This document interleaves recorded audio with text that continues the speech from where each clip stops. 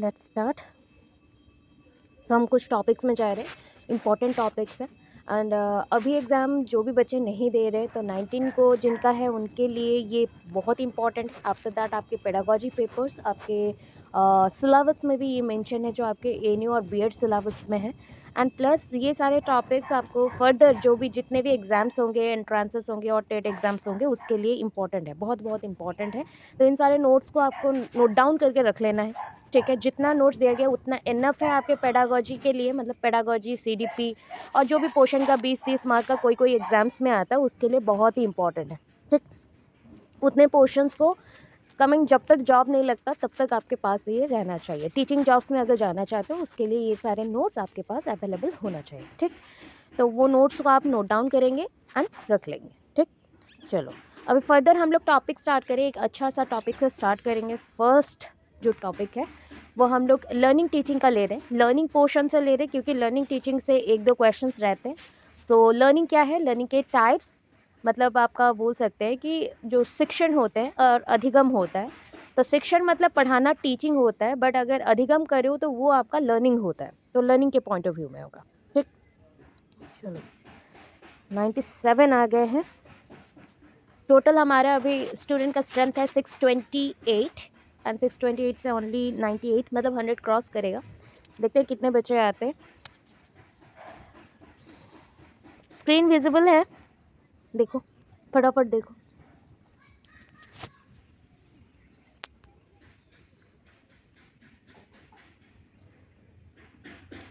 Is it okay?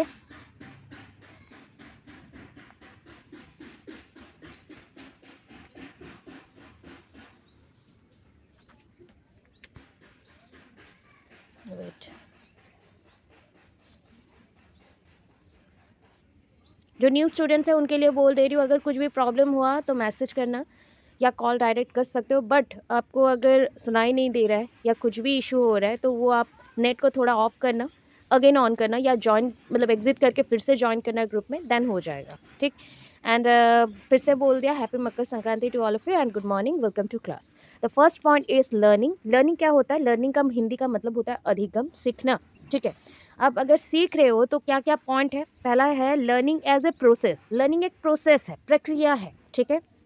Learning एक process है, प्रक्रिया है, और ये एक आउटकम भी है। आउटकम मतलब जिसका रिजल्ट आता है, प्रोडक्ट आता है, मतलब ये प्रोसेस भी है और आउटकम भी है। ऐसे एक एक क्वेश्चंस आते हैं जो टॉपिक्स प्रीवियस ईयर के क्वेश्चंस के बेसिस पे लिए गए हैं ताकि आप लोग उस पॉइंट्स को ही देख के डायरेक्टली आंसर दे सको, ठीक है। तो लर्निंग क्या है? लर्निंग एक प्रोसेस है, एक आउटकम भी है। आउटकम जब भी बोला जाए तो आउटकम का मतलब होता है प्रोडक्ट, ठीक है। रिजल्ट बोल लो, प्रोडक्ट बोल लो या फीडबैक बोल सकते हैं, ठीक है। 3 वर्ड मैंने बोला, रिजल्ट, ठीक है, रिजल्ट, प्रोडक्ट, प्रोडक्ट और फीडबैक, ठीक है। फीडबैक ले सकते हैं, फीडबैक। इतने पॉइंट्स हैं किसके लिए? आउटकम के लिए। आउटकम जब भी वर्ड सुन लो तो ये याद रख लेना, ठीक है। सो लर्निंग क्या है? Learning is a key process in human behaviour and it is defined as any relative permanent change in behaviour that occurs as a result of practice and experience. Learning क्या है? लर्निंग एक type का important behaviour है। आपके जैसे परिवर्तन आता है ना, मोडिफिकेशन ऑफ बिहेवियर, आपके शरीर में परिवर्तन आता है। हिंदी बच्चों के लिए बोल देते हो, आपके शरीर में बहुत सारे परिवर्तन आते हैं। तो वो परिवर्तन को आप क्या बोलते हैं? मोडिफिकेशन, इंग्लिश में। Modification of any type of behaviour is called learning. कोई भी टाइप में अगर चेंजेस आते हैं आपके बॉडी में या फिर आपके सोचने में या फिर कोई भी एस्पेक्ट में चेंजेस आते हैं उसको लर्निंग कहते हैं।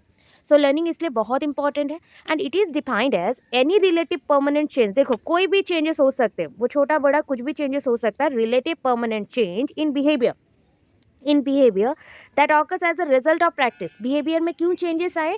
Due to practice. आप बार बार प्रैक्टिस कर रहे हो, एक्सपीरियंस ले रहे हो, इसलिए आपके अंदर चेंजेस आ रहे हैं। ये चेंजेस ही आपको क्या कर रहे हैं ना, आप पहले जैसे थे उस अकॉर्डिंग आप अभी चेंज हो चुके हो, मोडिफिकेशन हो चुका है। तो इस लाइन को ऐसे लिखते हैं, मोडिफिकेशन ऑफ बिहेवियर, ठीक है। Modification of behaviour. Please mute of your microphone. किसी का माइक ऑन है, प्लीज माइक को ऑफ कर ले, ठीक है। देन देखो, एक डेफिनेशन दे रही हूँ। डेफिनेशन से डेफिनेटली एक क्वेश्चन रहता है, ठीक है। ओस्टेड हो, सीटेड हो, ओटेड हो, कोई भी टेट एग्जाम्स में चले जाओ, एक डेफिनेशन के ऊपर क्वेश्चन रहेगा। डेफिनेशन पूरा दिया रहेगा एंड पूछा जाएगा हु सेड दिस, किसने ये कथन दिया हुआ है, ठीक है, और किसका ये कथन है, ये लाइन या डेफिनेशन को कथन बोल सकते हैं, तो किसने दिया हुआ है, तो उस अकॉर्डिंग एक जो इम्पॉर्टेंट था लर्निंग के बेसिस पे मैंने वो डेफिनेशन दिया है। आफ्टर दैट जितना डेफिनेशन इम्पॉर्टेंट है मोटिवेशन से, लर्निंग से, ये सबका डेफिनेशन का एक चार्ट बना के मैं दे दूंगी, अब उसको एक बार देख लेना। एंड ये सारे नोट्स को रखे रहो, क्योंकि बाहर में ये सारे नोट्स फ्री में नहीं मिलते, ये सारे नोट्स के लिए पे करना पड़ता है, ठीक है। आप अगर कहीं पे भी पढ़ते हो तो वहाँ पे आपको 5-6 हज़ार इसके लिए ही पे करना पड़ जाएगा क्लासेस के साथ। तो ये चीज़ आपको अगर मिल रहा है तो रख लेना एंड पढ़ो, आराम से पढ़ो, ठीक है। सो लर्निंग डेफिनेशन क्या है, अकॉर्डिंग टू थॉर्नडाइक एक पर्सन है, थॉर्नडाइक ने क्या निकाला था वो भी बता देती हूँ। लर्निंग टीचिंग में इंपॉर्टेंट पर्सन है, इन्होंने बहुत सारी थ्योरीज दिए हैं, उनमें से एक थ्योरी का नाम है ट्रायल एंड एरर थ्योरी। इस नाम क्या है, ट्रायल एंड एरर थ्योरी, ठीक है, trial and error theory. Trial and error theory को बॉक्स एक्सपेरिमेंट बोलते हैं, ठीक है, थोड़ा थोड़ा हिंट लेके चले जाओ, बॉक्स एक्सपेरिमेंट भी बोलते हैं, बिकॉज ये एक्सपेरिमेंट हुआ था एक बॉक्स के अंदर एंड स्पेशली बिल्ली के ऊपर हुआ था, एक कैट के ऊपर हुआ था, वो हैंग्री कैट था एंड हैंग्री कैट को हम क्या कर रहे हैं ना, उसको एक पिंजरे में रख दिए, पिंजरा बोल लो, बॉक्स बोल लो, बॉक्स में रख दिया एंड उसके लीवर को जस्ट लाइक उसका लॉक सिस्टम है उसको मैंने बहुत ही अच्छे से बंद कर दिया।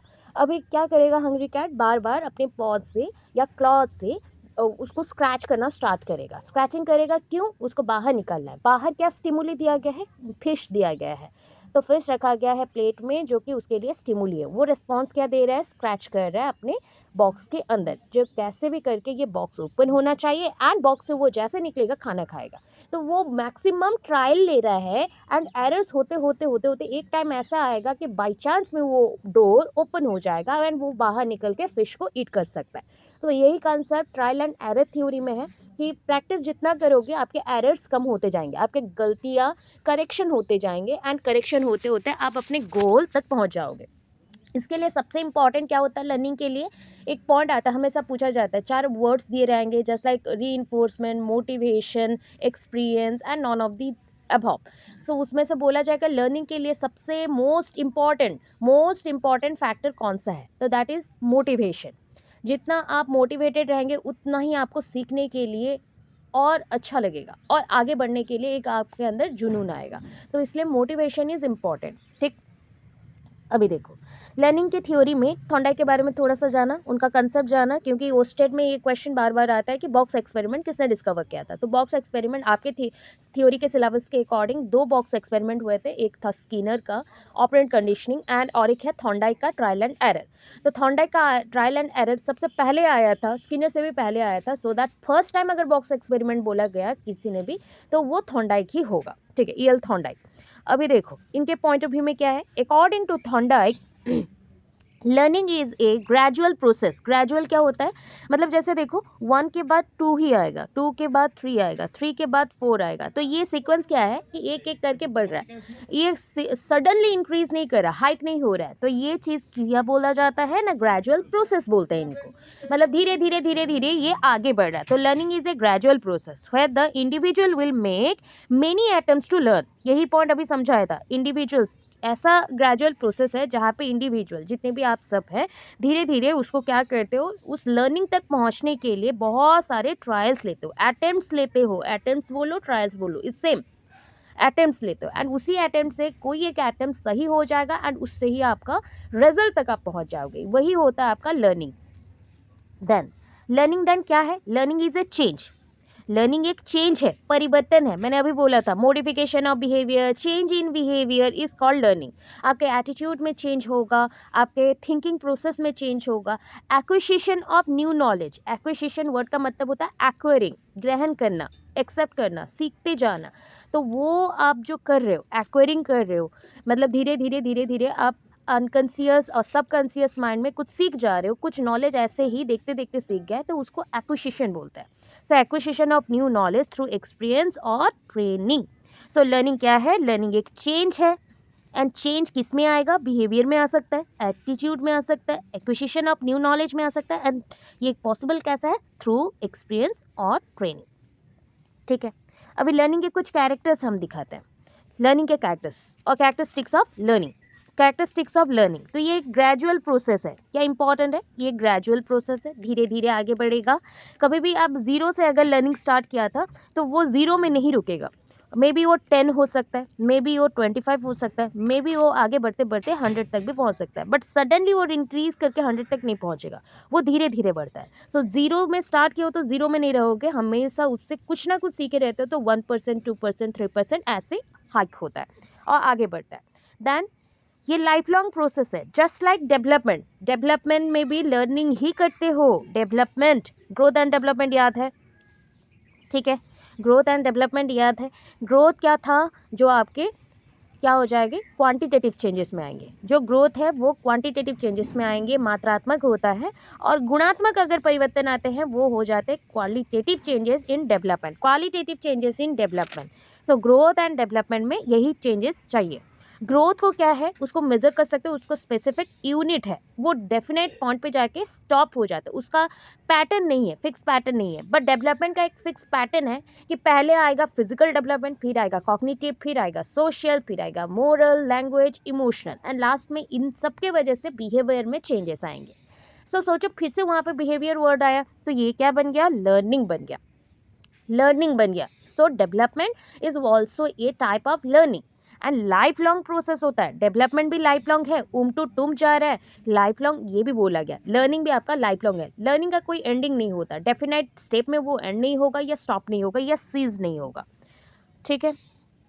Next point, relatively permanent and change in behaviour of the learner. ये पॉइंट मैंने अभी बोला था, परमानेंट चेंज हो सकता है बिहेवियर में। अगर कोई चीज़ आप एक्सपीरियंस से सीख रहे हो, वो चीज़ कुछ दिनों के बाद आपके हैबिट में कन्वर्ट हो जाता है, इसलिए ये बोला गया है relatively permanent change in behaviour. ऐसे बिहेवियर में चेंजेस आएंगे, थोड़ा थोड़ा करके चेंजेस आते जाएंगे, ठीक है, और वो फिक्स्ड होता जाएगा, फिक्स्ड होता जाएगा। नेक्स्ट, लर्निंग इज यूनिवर्सल, सबको करना पड़ता है, सारे इंडिविजुअल के लिए कॉमन है, सिर्फ हमें नहीं करना है। लर्निंग मतलब सीखना होता है, लर्निंग मतलब पढ़ाई नहीं है। लर्निंग मतलब एक्सपीरियंस, लर्निंग मतलब ट्रेनिंग।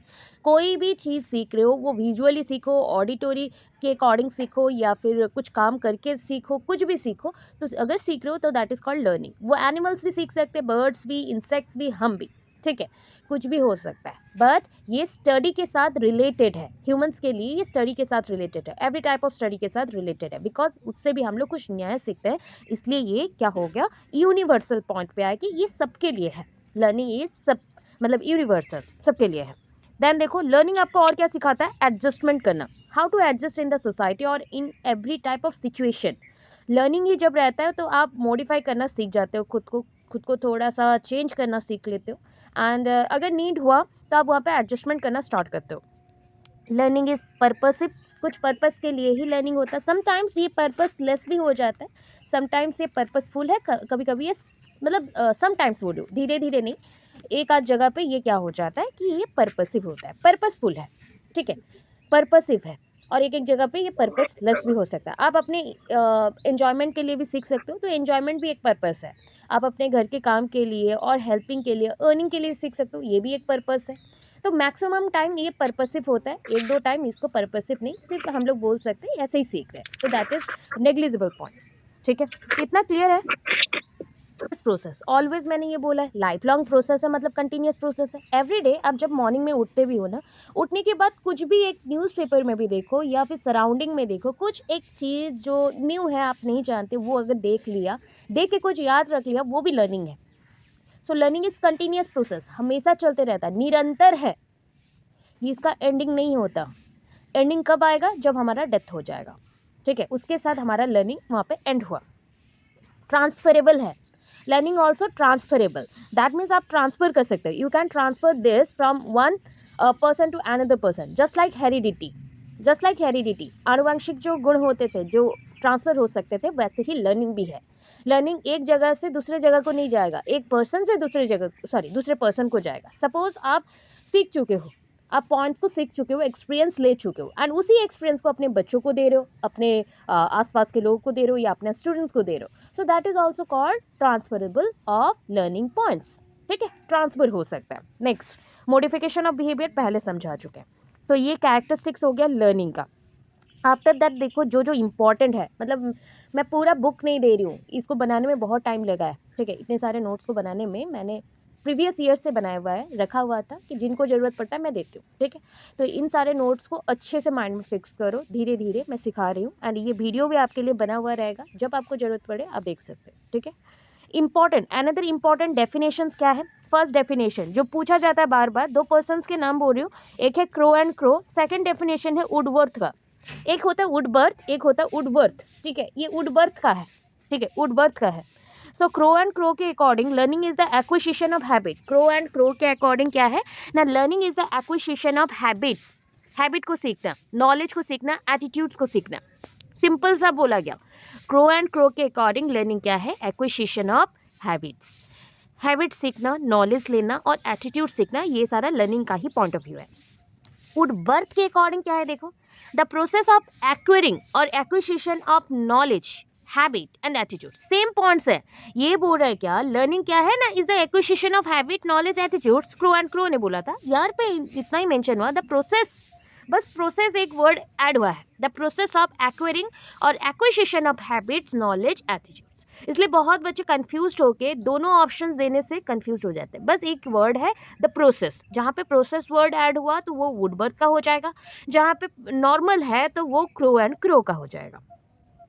नेक्स्ट चलो, ये थोड़ा थोड़ा सा मैं बता देती हूँ, पूरा आपको सिर्फ याद रखना है कि किसका कौन सा थ्योरी है। लर्निंग थ्योरीज होते हैं, बहुत सारे थ्योरीज है, इसको 4 कैटेगरीज में डिवाइड किया गया है।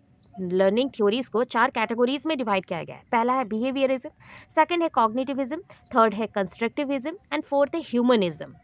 बिहेवियरिज्म में कौन से थ्योरीज आ जाएंगी, जैसे देखो पैवलोव क्लासिकल कंडीशनिंग, पैवलोव का एक्सपेरिमेंट था डॉग के ऊपर एंड उनके एक्सपेरिमेंट को क्लासिकल कंडीशनिंग बोला जाता है, ठीक है।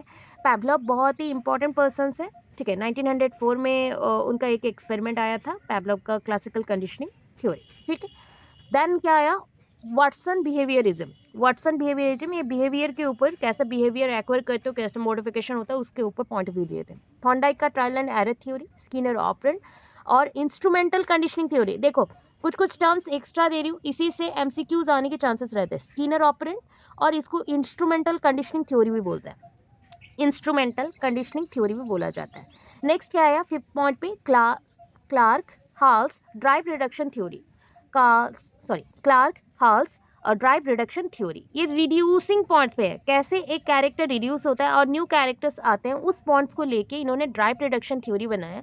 एंड कैसे एक पॉइंट होता है, स्टिमुली होता है, आपको ड्राइव करता है, मतलब आगे लेके जाता है, मॉडिफाई करता है, वो बताया गया है इस थ्योरी में।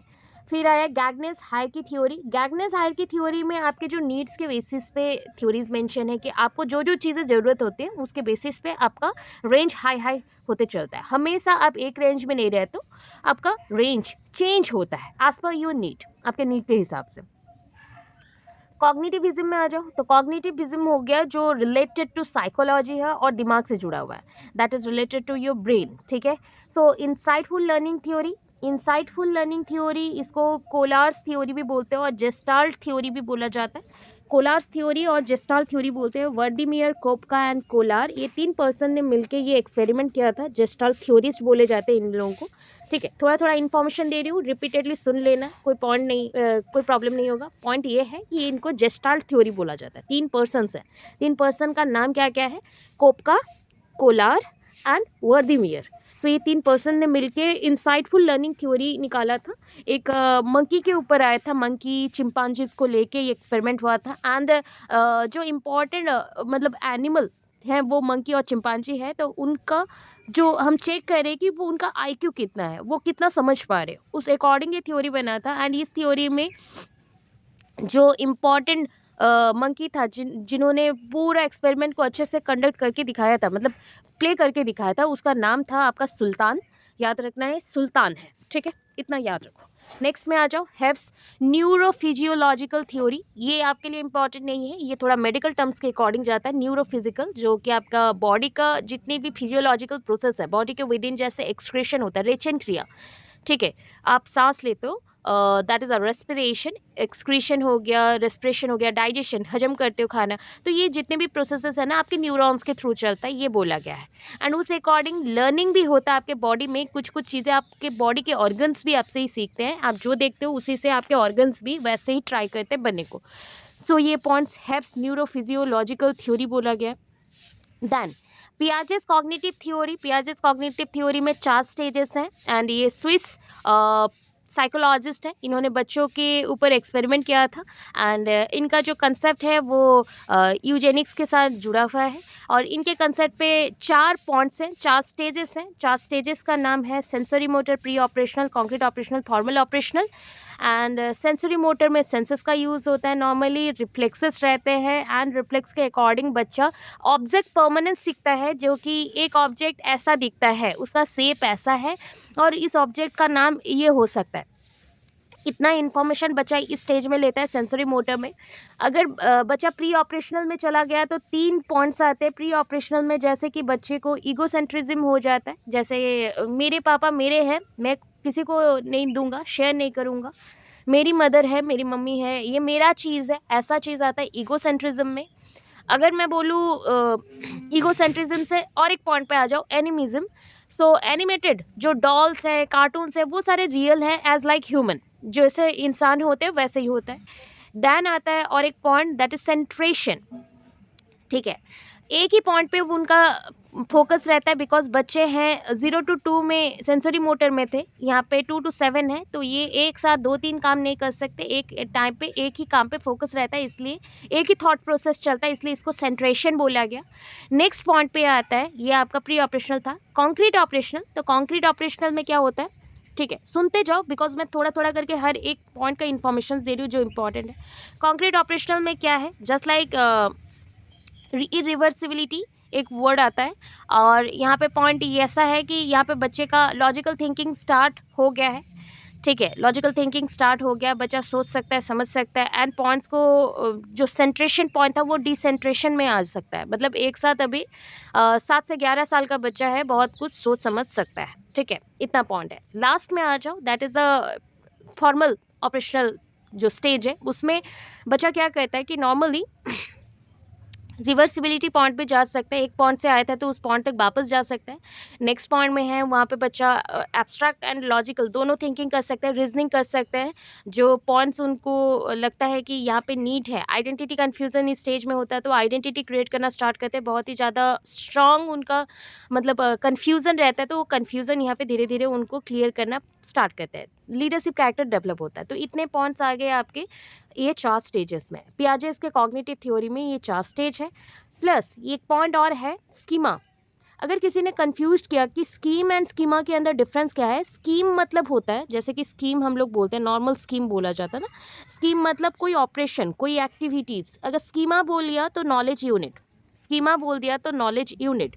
अगर किसी ने बोला कि नॉलेज का स्मॉलेस्ट यूनिट कौन सा है, तो that is called schema. Knowledge का स्मॉलेस्ट यूनिट कौन सा है, that is called schema. Schemata, schemata मतलब ये हो गया, पूरा प्रोसेस को हमने स्कीमाटा बोल दिया, उसका प्लूरल सिंगुलर फॉर्म रहता है, उसके अकॉर्डिंग मेंशन होता है। अभी और एक वर्ड आता है, और 2 वर्ड है। ठीक है, कभी भी अगर नए सिचुएशंस में जाते हो ना, तो as per that new situation you have to adjust. Adjust एक वर्ड आता है, एडाप्टेशन। आपको ज़रूरत के हिसाब से अडेप्ट करना पड़ता है, ग्रहण करना पड़ता है, कोई चीज़ों को सहना पड़ता है, तो that is called adaptation. Modify, moulding करते हो खुद को, so that adaptation leads to new situation, because adaptation जैसे जैसे करोगे और न्यू सिचुएशंस आते जाएंगे एंड उस बेसिस पे आपके पास आइडियाज़ रहना चाहिए। अगर आप बस आइडियाज़ कलेक्ट कर रहे हो, ऑल इन्फॉर्मेशन को कलेक्ट कर रहे हो, तो दैट इज कॉल्ड एसिमिलेशन। क्या बोला गया, इनसे क्वेश्चंस आपको देखने को मिलेंगे कल, कल बोल रही हूँ आपके एग्जाम में, एसिमिलेशन। अगर ये इन्फॉर्मेशंस को आपने क्या किया, मॉडिफाई कर दिया as per the new situation, ये इन्फॉर्मेशंस काम नहीं आ रहे और उसको रिप्लेस कर दिया न्यू इन्फॉर्मेशंस के साथ, तो then it is called accommodation. इसको हम एकोमोडेशन तब बोलेंगे। ठीक है, याद रहा, एकोमोडेशन। एक डायग्राम बना रही हूँ, ड्रॉ कर रही हूँ, वहाँ पे याद रखना, जो न्यू है ओल्ड है सबके लिए बोल रही हूँ, एक बार रिवाइज करें पूरा। तो स्टार्टिंग में जैसे आया, तो that one is new situation. सोच लो, न्यू सिचुएशन से आप मूव करते जाओगे। अभी न्यू सिचुएशन, न्यू सिचुएशन क्या बताता है कि आपके पास आइडियाज़ होने चाहिए। अगर ओल्ड आइडिया है, ओल्ड आइडिया है, ओल्ड आइडिया और आइडियाज़ प्रेजेंट है, तो then it is called assimilation. And जब एसिमिलेशन कर रहे हैं बट न्यू सिचुएशन के अकॉर्डिंग एडजस्ट नहीं हो पाया, देन क्या आएगा, in place of that disequilibrium हो गया, इक्विलिब्रियम बैलेंस से हम डिसइक्विलिब्रियम में आएंगे, तो एकोमोडेशन होगा। एकोमोडेशन होगा, ठीक है। अभी accommodation and assimilation strongly related to each other है। ऑलवेज देखना, जब ये सिचुएशन के लिए न्यू आइडियाज़ लिया तो वो हमारे लिए अभी नेक्स्ट सिचुएशन के लिए एसिमिलेशन का पार्ट होगा, ठीक। चलो इतना एनफ है। देन आया टोलम साइन थ्योरी। सो टोलम साइन थ्योरी आपको नहीं समझना है, सिर्फ नाम याद रखो, ये सब नहीं आता। लेविन्स फील्ड थ्योरी नहीं आता। कॉन्स्ट्रक्टिविज्म, कॉन्स्ट्रक्टिविज्म मतलब एक पर्सन का नाम है, जैसे कि वाइगोट्स्की, ठीक है। वाइगोट्स्की हो गए, बंदूरा हो गए, ब्रूनर हो गया, ऑसुबेल हो गया, ये सारे पर्सन ना बहुत ही इंपॉर्टेंट पर्सन है कंस्ट्रक्टिविज्म में। पहले वर्ड समझो, what do you mean by constructivism. Constructivism का मतलब होता है कंस्ट्रक्ट करना, बिल्डअप करना, कोई नया चीज़ बनाना। तो यहाँ पे हम बोल रहे हैं सोशल कंस्ट्रक्टिविज्म, सोसाइटी कंस्ट्रक्शन हो रहा है और उसके according you have to adjust, right, अभी बताया था। तो उस प्रोसेस को बोलते हैं socialization. When you have to adapt something in a situation or in a society, then it is called socialization. Socialization again of two types, that is called formal socialization or informal socialization. Formal socialization, it is present in the form of a strong affinity with the society. That means you need some rules, regulation, decorum. यहाँ पे आपको नियम चाहिए, नियम के साथ साथ बहुत सारे शासन, लॉ, सब कुछ चाहिए, जिसके बेसिस पे आप वहाँ पे फॉर्मल सोशलाइजेशन करते हो। जब आप इनफॉर्मल सोशलाइजेशन करते हो, इनफॉर्मल नॉन फॉर्मल, ये आपका कहीं पे भी हो सकता है, घर पे, मंदिर पे, मस्जिद पे, कहीं पे भी हो सकता है। पहले के टाइम पे मंदिर मस्जिदों में पढ़ाई होता था, इसलिए उस जगह को हमने फॉर्मल का नाम दिया है। इनफॉर्मल कहीं पे भी हो सकता है, रास्ते पे, पेड़ों के नीचे, कहीं पे क्लब में गए हो, कहीं पे भी हो सकता है। तो उस अकॉर्डिंग ये दो पॉइंट अलग है। देन आपको थोड़ा सा हिंट देती हूँ सोशलाइजेशन की एजेंसीज के बारे में।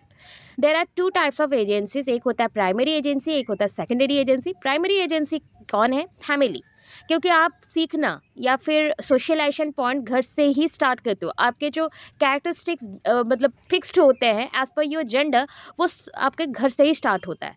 एंड फैमिली ही इंपॉर्टेंट है। एंड फैमिली कहाँ पे प्रेजेंट होगा? सोसाइटी के विद इन। सो फैमिली एक मतलब छोटा सा लिंक है, कनेक्शन है, कि ये स्टार्टिंग पॉइंट है सोशलाइजेशन के लिए। ये प्राइमरी इसलिए बोला गया बिकॉज यहाँ पे ब्लड रिलेशनशिप भी है, economic status, bonding, love, affection, सब कुछ आता है। सेकेंडरी सोशलाइजेशन कहाँ पे होता है ना? आपके स्कूल्स में होता है। पहला तो स्कूल में होगा, देन उसके बाद school is a miniature society. सब हमेशा बोला जाता है स्कूल एक मिनिएचर सोसाइटी है और उसके अकॉर्डिंग आप बहुत कुछ सीखते हो। स्कूल के बाद जब आप बाहर जाते हो तो आपके पीयर ग्रुप्स हैं, आपके फ्रेंड्स हैं, आपके नाइबर हैं, मतलब आपके पड़ोसी हैं, और उसके साथ साथ आपके प्रेस, मीडिया, न्यूज़पेपर और any type of electronic medias भी है, मास मीडिया, जिसका आप यूज़ करते हैं तो आप लोगों के साथ जुड़ते हैं। तो इसलिए वो भी आपके सेकेंडरी एजेंसीज में आ रहे, ठीक है। अभी इस बेसिस पे सोशल कंस्ट्रक्टिविज्म आपके सोसाइटी जो आपके कैरेक्टर डिफाइन करते हैं, ठीक है, आपको एडजस्ट करना पड़ता है। तो आपका कैरेक्टर भी धीरे धीरे सोसाइटी ही डिफाइन कर रहा है कि आप कैसे रहेंगे और कैसे करेंगे। तो वो कंसेप्ट किसने निकाला था? वो कंसेप्ट को निकाला था लेव वाइगोट्स्की ने, ठीक है, वाइगोट्स्की ने। एंड उसी के टाइम ना पियाजे ने भी अपना कंसेप्ट दिया था, कॉग्निटिव कंस्ट्रक्टिव थ्योरी।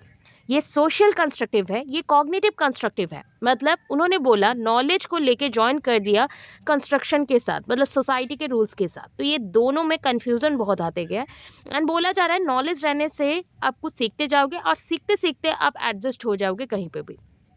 उनका पॉइंट ये था। बट उसी टाइम पे सोशल कंस्ट्रक्टिविस्ट आया, तो उनका नाम था लेव वाइगोट्स्की। एंड लेव वाइगोट्स्की के अकॉर्डिंग बहुत सारे पॉइंट्स हैं, मैं बताऊंगी। लेव वाइगोट्स्की के अकॉर्डिंग क्या होता है ना, आप एज ए पर्सन कुछ चीज़ों को जो सीखते हो, कहाँ से सीखते हो? सोसाइटी से। पहला पॉइंट याद रखना, सोसाइटी आपके साथ क्या करता है? कम्युनिकेशन करता है। कम्युनिकेशन के लिए इंपॉर्टेंट क्या है? लैंग्वेज इंपॉर्टेंट है। एंड लैंग्वेज जब जान जाते हो तो 3 टाइप के स्पीच आप निकालते हो। एक होता है पब्लिक स्पीच, जो सबसे बात किया जाता है, जो स्पीच और कम्युनिकेशन सबके साथ होता है। एक होता है प्राइवेट स्पीच, जो अपने फैमिली मेम्बर्स के साथ ही लिमिटेड टाइम पे होता है। और एक होता है इनर स्पीच, जब आप अपने आप के साथ, मतलब खुद के साथ बात करते हो, that is called inner speech, ठीक है। इसके साथ और एक पॉइंट आया था, एक होता है, वर्ड जान के रखो, स्कार्फ होल्डिंग। स्कार्फ होल्डिंग, ठीक है, स्कार्फ होल्डिंग बोल दिया। एंड और एक वर्ड है आपका, वेट, स्कार्फ होल्डिंग और जेडपीडी, ठीक है, जेडपीडी। स्कार्फ होल्डिंग क्या होता है? अगर एक पर्सन सोच लो वो आप हो, ठीक है, एजुकेटेड हो, बच्चों को पढ़ा सकते हो, that means you are the knowledgeable person, आपके पास नॉलेज ज़्यादा है, नॉलेजेबल पर्सन हो। अगर नॉलेजेबल पर्सन किसी नॉलेजलेस पर्सन्स को या फिर बच्चों को हेल्प करता है जिनके पास नॉलेज नहीं है, हेल्प करता है आगे बढ़ने के लिए या कोई काम को करने के लिए, then it is called scaffolding. इसका ऑपोजिट अगर दे दें, ऑपोजिट क्या होता है, ऑपोजिट में आ जाता है जेडपीडी। क्या है, एक बच्चे को कुछ करके दिखाना है बट उसको पता नहीं है वो टास्क कैसे करना है, एंड उस टास्क को कंप्लीट करने के लिए सी और ही नीड्स, क्या नीड करेगा ना, हेल्प ऑफ एडल्ट्स जिनके पास नॉलेज है। ठीक है, हेल्प करेगा किसका, हेल्प मतलब एडल्ट का, बड़ों का हेल्प चाहिए उसको, एंड उनके हेल्प के थ्रू वो काम को कंप्लीट करेगा। तो दैट इज कॉल्ड जेडपीडी। तो दोनों में कंफ्यूज नहीं होना है। स्काफ होल्डिंग में बड़े हेल्प करेंगे, नॉलेजेबल पर्सन हेल्प करेगा नॉलेजलेस पर्सन को, एंड उसका ऑपोजिट नॉलेजलेस पर्सन अगर हेल्प नीड करता है नॉलेजेबल पर्सन्स का, then it is called ZPD. ZPD का फुल फॉर्म होता है zone of proximal development. Zone of proximal development, proximal development, ठीक है, जोन ऑफ प्रॉक्सिमल डेवलपमेंट। ये वाइगोट्स्की का टर्म गया, इतना इंपॉर्टेंट है। ठीक है, और एक वर्ड आता है more knowledgeable other, MQ, more knowledgeable other. ठीक है, क्या है, इफ आप नॉलेज आपके पास है या नॉलेजेबल पर्सन हो एंड आप उस नॉलेज को यूज़ करके दूसरों को हेल्प कर रहे हो या दूसरों को नॉलेजेबल बना रहे हो, then it is called make और मोर नॉलेजेबल अदर। मतलब हम क्या तैयार कर रहे हैं ना, ऐसे हम बनाना चाहते हैं कि उनके पास भी बहुत ज़्यादा नॉलेज हो। ठीक, इतना कंसेप्ट है सोशल कंस्ट्रक्टिविस्ट और ले वाइगोट्स्की का। इसके बाद ब्रूनर्स डिस्कवरी लर्निंग होता है। तो ब्रूनर के अकॉर्डिंग आप जो सीखते हो वो इमिटेशन से सीखते हो, या फिर आप जो भी पॉइंट सीख रहे हो वो कैसे होगा ना, 3 स्टेजेस आते हैं, वो 3 स्टेजेस के थ्रू होगा। जैसे आपका नॉर्मल स्टेजेस था sensory motor, pre operational, concrete operational, formal operational, वैसे इनके भी स्टेजेस होते हैं।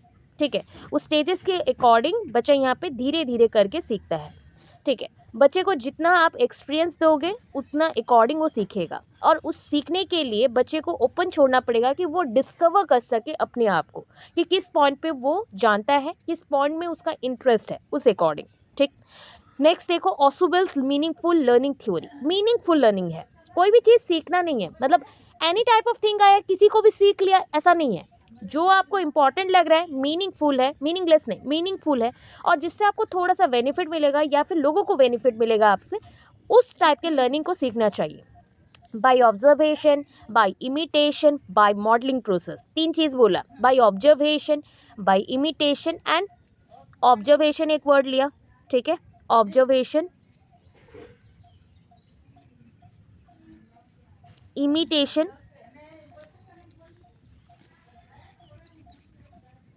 इमिटेशन एंड और एक बोला आपका मॉडलिंग। ठीक है, मॉडलिंग मतलब स्टेज में बस चलना नहीं होता। यहाँ पे मॉडलिंग का मतलब होता है आप किसी को अपना रोल मॉडल मान रहे हो एंड उसी पॉइंट को देख के उस जैसा बनने को ट्राई कर रहे हो, तो that is called modelling. And किसी को ऑब्जर्व करना, किसी को पूरा ऑब्जर्व करना, ऑब्जर्व मतलब हो गया ऑब्जर्वेशन में रखोगे, या फिर आप बोल सकते हो अवलोकन, हिंदी में बोले जाते हैं अवलोकन, और उस अवलोकन के थ्रू उस पर्सन में क्या क्या कैरेक्टर्स है, कैसे वो चीज़ों को करता है, उसको देखना है। जैसे कि आपके पेरेंट्स कैसे कर रहे हैं या इस सोसाइटी में जो इम्पोर्टेंट है आपके लिए वो कैसे काम कर रहे हो, उस चीज़ को देखना। इमिटेशन क्या होता है, कॉपी करना। जैसे कि आपके पेरेंट्स, सपोज आपके फादर ऑफिस जाते हैं तो वैसे ही बन जाना, मैं भी ऑफिस जाऊंगा। अगर आपकी मदर किचन में काम करती है तो आप भी क्या बोलोगे कि मुझे भी कुकिंग मतलब किचन सेट चाहिए, मैं भी कुकिंग करूँगी। तो ये बचपन में होता था, छोटे बच्चे स्पेशली करते हैं। ठीक है, ऐसे ही आपके लर्निंग पॉसिबल होता है। तो ये ऑसुबल्स का मीनिंगफुल लर्निंग था। नेक्स्ट पॉइंट में आ जाओ, ह्यूमनिज्म। ह्यूमनिज्म में 2 कंसेप्ट आते हैं, Maslow's hierarchy of needs and Carl Rogers theory of self theory. ठीक है, इंपॉर्टेंट क्या है, मास्लोज हायरार्की ऑफ नीड्स क्या होता है, जहाँ पे आपको कुछ मतलब आपके नीड्स के अकॉर्डिंग सबसे इंपॉर्टेंट नीड्स कौन सा है बोल सकते हो, सबसे इंपॉर्टेंट आपको सबसे पहले क्या चाहिए, कौन सा जरूरी ऐसा चीज़ है जो आपको चाहिए, ज़रूरत की चीज़ है। ना हमने बोला मास्लोज हायरार्की ऑफ नीड्स, जहाँ पे आपको नीड्स से, फिजिकल नीड्स से सबसे इंपॉर्टेंट आपके बॉटम लेयर में रहेंगे, और हायर लेयर में आपका छोटा सा पॉइंट सेल्फ आ जाएगा। सेल्फ रिलेटेड इंटरपर्सनल पॉइंट से निकल के हम इंट्रा तक मूव कर रहे हैं, जहाँ पे खुद के बारे में सोच रहे हो, खुद को लव देना, खुद को केयर लेना, खुद के एन्जॉयमेंट को थोड़ा बहुत वैल्यू देना, वो पॉइंट को बोला गया है। सो ये फिजिकल नीड्स से लेके सेल्फ तक जो मूव कर रहा है वो मास्लोज का कंसेप्ट था, ठीक है, मास्लोज का कंसेप्ट था। जब हम लोग कार्ल रोगर्स में आ गए तो क्या बोला, सेल्फ कंसेप्ट के बारे में बोला, ह्यूमनिस्टिक अप्रोच के बारे में बोला कि आप कैसे ह्यूमंस के साथ ट्रीट करते हो, या फिर सेल्फ कंसेप्ट क्या बोलता है कि आप कैसे पर्सन हैं, एंड उस अकॉर्डिंग आपके दो सेल्फ बनते हैं। एक होता है आइडियल सेल्फ, मैंने पहले भी बोला, फिर से रिपीट करी हूँ, आइडियल सेल्फ जो आप जैसे बनना चाहते हो। सपोज मैं महात्मा गांधी जैसा बनना चाहूँ या फिर नेताजी सुभाष चंद्र बोस जैसा, तो दैट मीन्स वो मेरे आदर्श हैं, ठीक है, आइडियल सेल्फ है, जिनको देख के मैं मोटिवेट हो रही हूँ, इंस्पायर्ड हो रही हूँ, एंड उस जैसा बनने को ट्राई करूँगी। बट अगर मैं कैसी हूँ और मेरा सेल्फ कैसा है, वो रियल सेल्फ होता है, रियल सेल्फ होता है। इन दोनों का डिफरेंस को बताया गया है कार्ल रोगर्स के कंसेप्ट में, ठीक है। इतने पॉइंट्स आपके थ्योरीज के बेसिस पे है, ठीक है। लर्निंग एक प्रोसेस है, फटाफट मैंने पहले भी बोला था, लर्निंग एक प्रोसेस है, बिकॉज ये इससे आप कुछ नया चीज़ एक्वायर करते हो, न्यू इन्फॉर्मेशन, नए आइडियाज़, नए थिंग्स, एंड उसी पॉइंट्स को अंडरस्टैंड करते हुए अपने लाइफ में उसको यूज़ भी करते हो, ठीक है। नेक्स्ट पॉइंट पे आ जाओ। लर्निंग कंस्ट्रक्टिव है। कैसे कंस्ट्रक्टिव हुआ, देखो, सोसाइटी में गए और स्टेप बाय स्टेप आपका डेवलपमेंट हो रहा है, तो स्टेप बाय स्टेप में कुछ सीख रहे हो ना, so that is called learning is constructive, ठीक है। एक्वायरिंग न्यू नॉलेज, आप न्यू नॉलेज को भी सीख रहे हो, कॉग्निटिव भी है, इंटरनल है, एक्टिव प्रोसेस है। लर्निंग कंस्ट्रक्टिव है एंड और कंस्ट्रक्शन बेस्ड है, एंड उसमें क्या होता है, आपका दिमाग सबसे ज़्यादा काम करता है, एंड लर्निंग के लिए पॉसिबल आपका कॉग्निशन ही होता है, एंड ये इंटरनल एक्टिविटीज़ है, इंटरनल है, एक्टिव प्रोसेस भी है, सीख रहे हो तो एक्टिव प्रोसेस है। नेक्स्ट एग्जाम्पल देखो क्या क्या वर्ड्स आए, समझा चुकी हूँ, schema, assimilation, accommodation, equilibrium. Schema, assimilation, accommodation, equilibrium. अभी एक पॉइंट आता है लर्निंग के बेसिस पे, लर्निंग एक प्रोडक्ट है, एंड यहाँ पे पॉइंट नेक्स्ट आया टाइप्स ऑफ लर्निंग। एक क्वेश्चन दिया गया है लर्निंग क्या है बोल के, ठीक है, इस टाइप के क्वेश्चन आते हैं। Learning as a product, learning एक प्रोडक्ट है, ठीक है। प्रोडक्ट मीन्स समझाया था आउटकम, रिजल्ट, नॉलेज और skills acquired at the end, ठीक है। लर्निंग देन क्या है बताओ, ऑप्शंस यहाँ पे दिया गया। लर्निंग क्या है, लर्निंग इज डैश, एक प्रोसेस है, एक प्रोडक्ट है, और पर्पसिव और गोल ओरिएंटेड है। आपको सारे आंसर्स करेक्ट लगेंगे। अब आंसर्स बताओ क्या हो सकता है, चूज करो। ओनली ऑप्शन 1 होगा, ओनली ऑप्शन 2 होगा, ओनली ऑप्शन 3 होगा, या फिर ऑप्शन 1 एंड 3 होगा। मैंने पहले भी बोला था लर्निंग एक प्रोसेस भी है, प्रोडक्ट भी है, कंटिन्यूस भी है, पर्पसिव भी है, एंड इससे आपका मोटिफिकेशन हो रहा है। तो बड़े पॉइंट्स में क्वेश्चन कैसे आप आंसर कैसे चूज करोगे, देखो, ये अगर हुआ तो ये 50% आंसर है, ये अगर हुआ ये 50% आंसर है, ये भी अगर हुआ ये 50% आंसर है। अगर मैं बोल दूँ कि लर्निंग एक प्रोसेस है, ठीक है, तो प्रोडक्ट का पॉइंट भी आ जाएगा ना, क्योंकि प्रोसेस जब कंटिन्यू होता है, एक प्रोसेस जब कंटिन्यू होता है तो प्रोडक्ट तक ही लेके जाएगा, तो प्रोडक्ट का यहाँ पे कोई नीड नहीं हुआ, समझो। सो सेकंड ऑप्शन कट गया।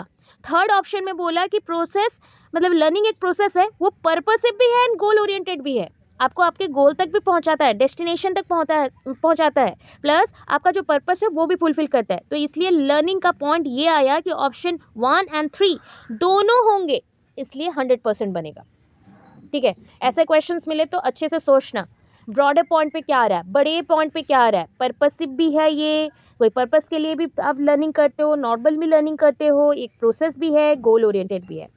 बट अगर प्रोसेस एंड प्रोडक्ट रहा तो वहाँ पे प्रोसेस ही टिक होगा, क्योंकि प्रोडक्ट हमेशा एक प्रोसेस के बाद प्रोडक्ट आता है, रिजल्ट्स आते हैं, तो वो प्रोडक्ट ऑलवेज वहाँ पे मेंशन ही रहता है, ठीक, समझ आया। तो ऑप्शन कौन सा करेक्ट होगा, डी ऑप्शन करेक्ट होगा, समझ आया। स्किनर के एक्सपेरिमेंट में रिस्पॉन्स रीइंफोर्समेंट थ्योरी है, पैवलोव के एक्सपेरिमेंट में स्टिमुलस रेस्पॉन्स का थ्योरी है, थॉर्नडाइक के एक्सपेरिमेंट में भी आपका सेम है, स्टिमुलस रेस्पॉन्स का थ्योरी है। मतलब आप बोल सकते हो ये जो पहला 2 थ्योरी है जो कि आपका थॉर्नडाइक है एंड पियाजे बोली पैवलोव है, ये दोनों कनेक्शनिज्म थ्योरी बोला जाता है, क्योंकि ये स्टिमुलस एंड रेस्पॉन्स के अंदर कनेक्ट करता है, तो इसलिए स्टिमुलस रेस्पॉन्स थ्योरी और कनेक्शनिज्म थ्योरी भी बोलता है, ठीक है। जो लास्ट वाला मैंने बोला जो आपका है स्किनर का, स्किनर के एक्सपेरिमेंट में रीइंफोर्समेंट इंपॉर्टेंट है, जो कि रेस्पॉन्स पहले दिखाओगे एंड रीइंफोर्समेंट और रिवार्ड उसके बाद मिलेगा। वहाँ पे कोई स्टिमुली वर्क नहीं करेगा, स्टिमुली ऑलरेडी प्रेजेंट है एंड उसके अकॉर्डिंग उसको सिर्फ मोटिवेट किया जा रहा है कि तुम काम करो, एंड वो स्टिमुली को हम मेंशन नहीं करेंगे।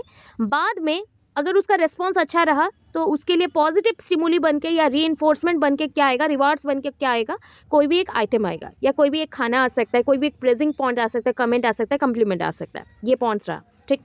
चलो अभी देखो types of learning. Types of learning, question को सिलेक्ट करना सीखो, ठीक है।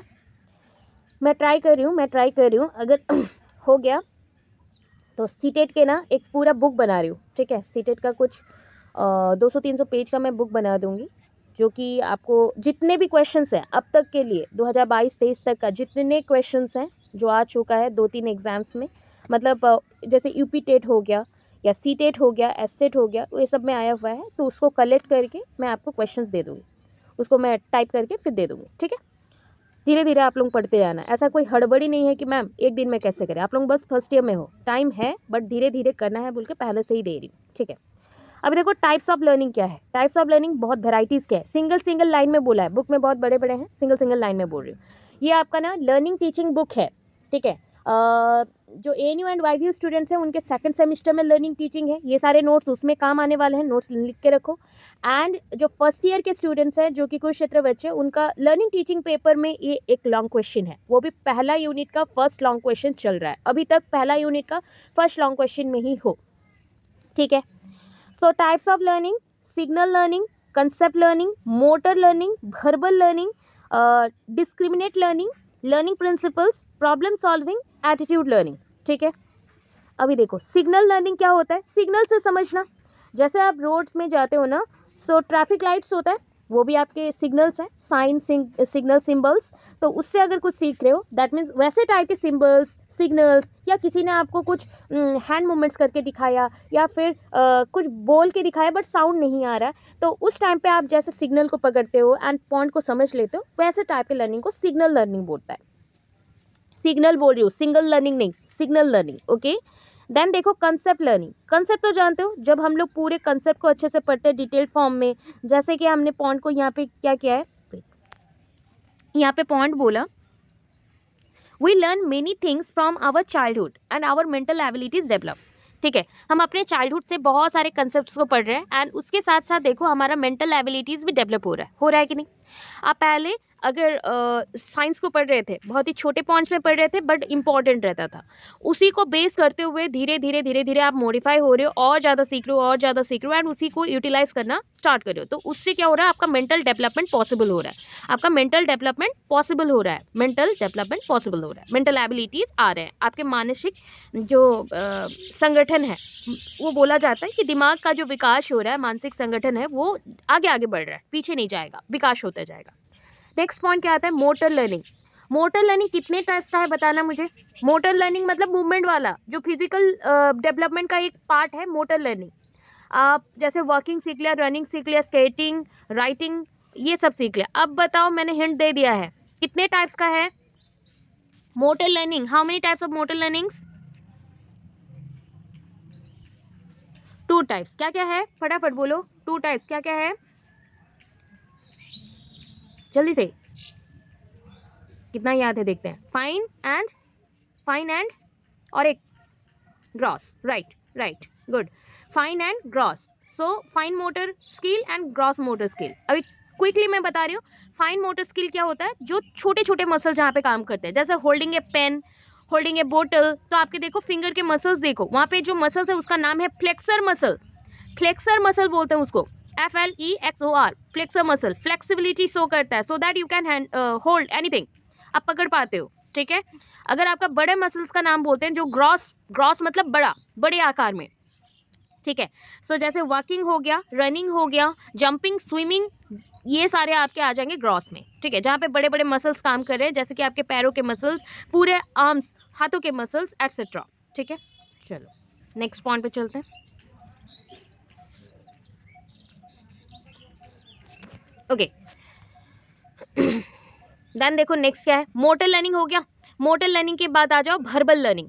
वर्बल मतलब क्या है, वॉइस एंड लैंग्वेज। अभी मैं आपको कल के क्लास में इंग्लिश पेडागोजी कुछ बता रही थी एंड उसके अकॉर्डिंग मैंने आपको बोला था प्रोनाउंसिएशन के बारे में, वॉइस कैसे आप निकालते हो या फिर आपका वोकल कॉर्ड का यूज़ कैसे करते हो, लैंग्वेज कैसे आता है एंड उस अकॉर्डिंग लैंग्वेज क्यों रूल गवर्न सिस्टम्स हैं वो भी बताया गया। तो उस अकॉर्डिंग सोच लो ये वर्बल लर्निंग है, ठीक है, वर्बल लर्निंग है। जो सुंदरगढ़ एंड झारसुगड़ा बाहर के बच्चे हैं उनको आज नोट्स मिल जाएंगे कल के क्लास के, सॉरी कल के क्लासेस के भी, ठीक है। So we use our voice and language for vocal learning. Vocal मतलब बोल के, ठीक है, कम्युनिकेशन करना, स्पीच जैसे करते हो, तो उसमें आपका वॉइस का बहुत ज़्यादा यूज़ करते हो, लैंग्वेज का भी यूज़ करते हो। देन नेक्स्ट पॉइंट आ रहा है डिस्क्रिमिनेशन लर्निंग। डिस्क्रिमिनेशन क्या होता है, जब आप भेदभाव कर सको ना, जैसा आपका पॉइंट्स एंड कंसेप्ट है, दो कंसेप्ट के अंदर ए एंड बी दो कंसेप्ट है एंड इन दोनों के अंदर आप अगर डिफरेंस निकाल सकते हो, सो ये डिफरेंस अगर निकाल सकते हैं और डिफ्रेंशिएट कर सकते हो तो that is called discriminative learning और डिस्क्रिमिनेशन लर्निंग, ठीक है। दो कंसेप्ट के अंदर अगर डिफरेंस आप ढूंढ सकते हैं, अलग कर सकते हैं, दो कंसेप्ट थोड़ा सा डिफरेंट है ऐसे बोल सकते हो, तो that is called discrimination learning. Then क्या आया, लर्निंग प्रिंसिपल, रूल्स को सीखना। प्रिंसिपल मतलब रूल सीखना, नियम सीखते हो, ठीक है, रूल सीखते हो।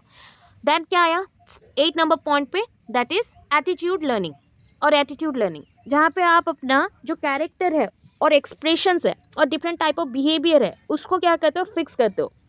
Predisposition which determines and directs our behaviour. ऐसा कोई चीज़ जो आपके अंदर धीरे धीरे जमा हो रहा है एंड वही आपको क्या करेगा कि आपके बिहेवियर में फिक्सेशन ला रहा है, मतलब आप फिक्स्ड हो रहे हो धीरे धीरे, वही आपका एटीट्यूड बनेगा। धीरे last one that is a problem solving. अगर प्रॉब्लम आपके लाइफ में आता है उसको सॉल्व करने के लिए भी आपको कुछ स्किल्स आपके पास होने चाहिए, आपके पास कौशल होने चाहिए, आप सीख सको।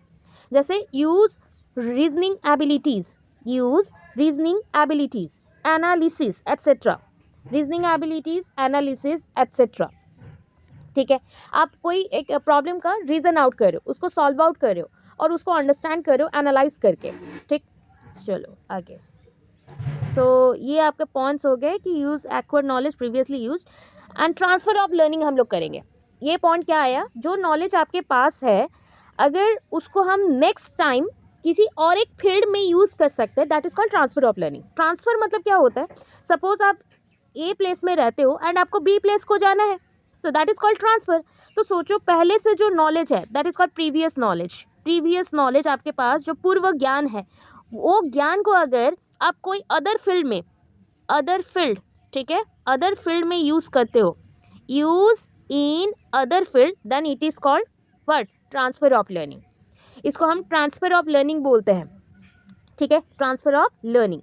सो ट्रांसफर ऑफ लर्निंग में इसके कैरेक्टरिस्टिक्स देख लो। Characters of transfer of learning, ये क्या करता है, प्रोसेस को ईजी करता है, कोई भी काम को ये जल्दी करने में हेल्प करता है। आपको पहले से अगर किसी चीज़ का नॉलेज ना हो उसको करने में बहुत डिफिकल्ट लगता है, तो अगर आपके पास थोड़ा भी नॉलेज होगा ना तो नए काम जितने भी आए, अगर सेम टाइप का काम है आप इजीली उसको सॉल्व कर लेते हो। और क्या है, developing mental abilities, developing mental abilities. तो मेंटल एबिलिटीज़ मतलब आपका आईक्यू लेवल को ये इंक्रीज कर रहा है, आपके एबिलिटीज़ को ये इंक्रीज कर रहा है, ठीक है।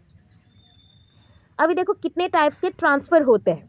पहला होता है पॉजिटिव ट्रांसफ़र, पॉजिटिव ट्रांसफ़र, ठीक है। पॉजिटिव ट्रांसफ़र क्या है, अगर एक सिचुएशन का लर्निंग, सोचो मैं अभी आपको पढ़ा रही हूँ, आपने कुछ सीखा, इस लर्निंग को लेके आपने कोई अदर फील्ड में हेल्प कर दिया और यूज़ कर दिया, अदर सिचुएशन में यूज़ कर दिया। सोचो ये पढ़ चुके हो एंड आपको किसी ने बोला चलो आज स्कूल में एंड बच्चों को आप कुछ लर्निंग के अकॉर्डिंग बोल दो, क्या है लर्निंग, कैसा होता है, तो आपने जाके बोला। तो एक सिचुएशन में सीखा था, मैडम ने सिखाया था, उसको आपने यूटिलाइज किया अपने स्कूल के सिचुएशन में। तो एक सिचुएशन का नॉलेज दूसरे सिचुएशन में अगर यूज़ होता है तो that is called positive transfer of learning, positive transfer of learning.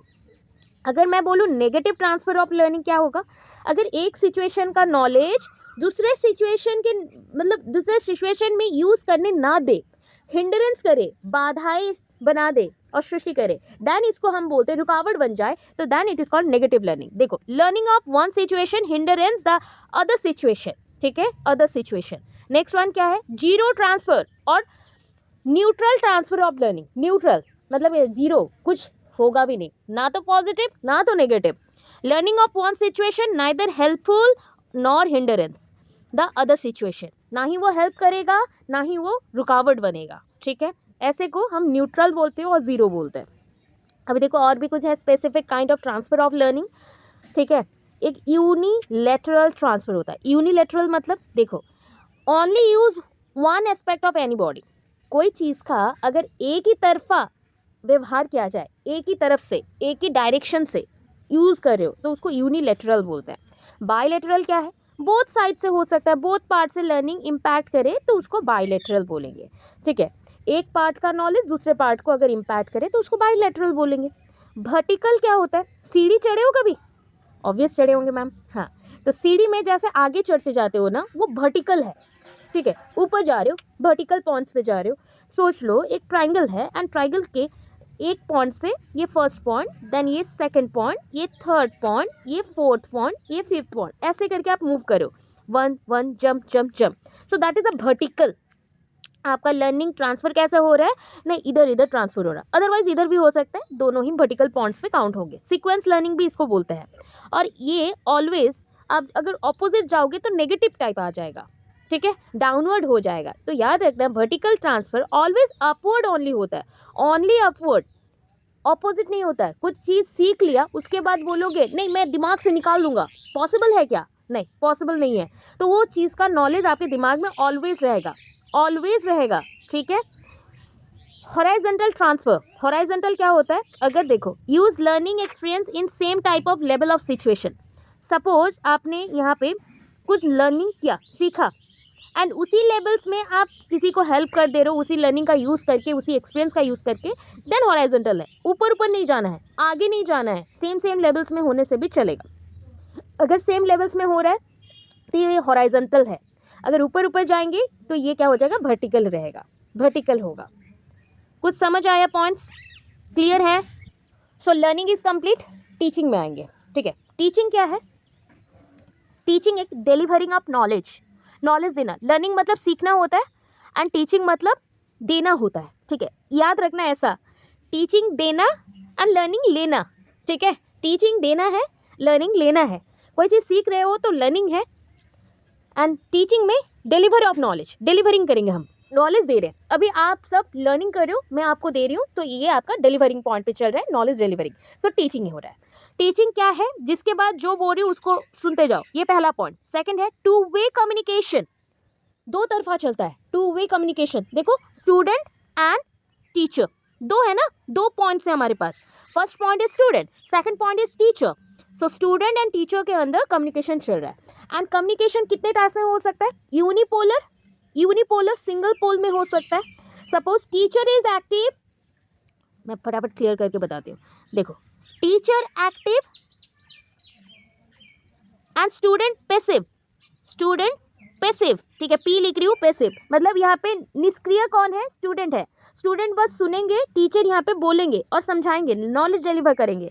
तो ये यूनिपोलर है, यूनिपोलर है। अगर बाइपोल हो गया तो टीचर स्टूडेंट दोनों इंटरैक्शन करेंगे, एक दूसरे से बातचीत करते हुए, डिस्कशन करते हुए पढ़ेंगे, दैट इज अ बाइपोलर। अगर मैं बोलूँ ये ट्राइपोलर प्रोसेस है, मतलब तीन पोल्स आएंगे, ये ट्राइंगल बना हुआ है, ठीक है, टीचर स्टूडेंट एंड देखो content curriculum environment, content curriculum environment, ये ट्राइपोलर प्रोसेस है। एंड इंटरैक्शन मतलब क्या है जानते हो, इंटरैक्शन मतलब face to face interaction, and nowadays virtual interaction is also possible. अभी जो हम कर रहे हैं वो वर्चुअल है। देखो क्यों हमने वर्चुअल को चूज़ किया, बिकॉज ऑनलाइन क्लासेस में हम लोग कहीं के भी बच्चों को ज्वाइन करवा सकते हैं, बट ऑफलाइन में ओनली लिमिटेड एरियाज़ के बच्चे ही आ सकते हैं, उसके आसपास के एरिया के, जहाँ पे सेंटर है उसके आसपास के। तो उस अकॉर्डिंग अभी के मोड पे इंटरैक्शन दो टाइप में होता है, एक होता है फेस टू फेस एंड एक होता है वर्चुअल, ठीक है। देखो टीचिंग और क्या है, आर्ट्स है एज वेल एज साइंस है, आर्ट्स भी है एज वेल एज साइंस भी है, arts as well as science. क्यों आर्ट्स क्यों है, बिकॉज एक टीचिंग स्किल होता है, एंड साइंस क्यों है, बिकॉज यहाँ पे लॉजिकल नॉलेज, लॉजिक्स को हम यूज़ करते हैं फैक्चुअल नॉलेज को डिलीवर करने के लिए, फैक्ट्स को बताने के लिए। आपको मैं फैक्ट्स बता रही हूँ एंड इसको बताने के लिए मैं डिफरेंट वेज का, एग्जाम्पल्स का यूज़ कर रही हूँ, जैसे आपको समझ आए। तो मैंने लॉजिक यूज़ किया एंड फैक्ट्स यूज़ किया, तो वो साइंस है।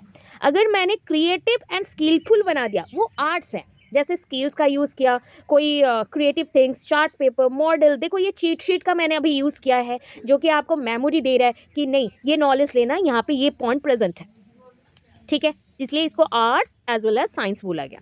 नेक्स्ट पॉइंट क्या है, ये क्या पॉइंट आया ना, ये गोल इज लर्निंग। इसका मेन गोल क्या है, टीचिंग का मेन गोल क्या है, teaching ultimate goal is learning. Teaching का अल्टीमेट गोल होता है कि वो लर्निंग पॉसिबल करवा सके, आपका लर्निंग पॉसिबल हो।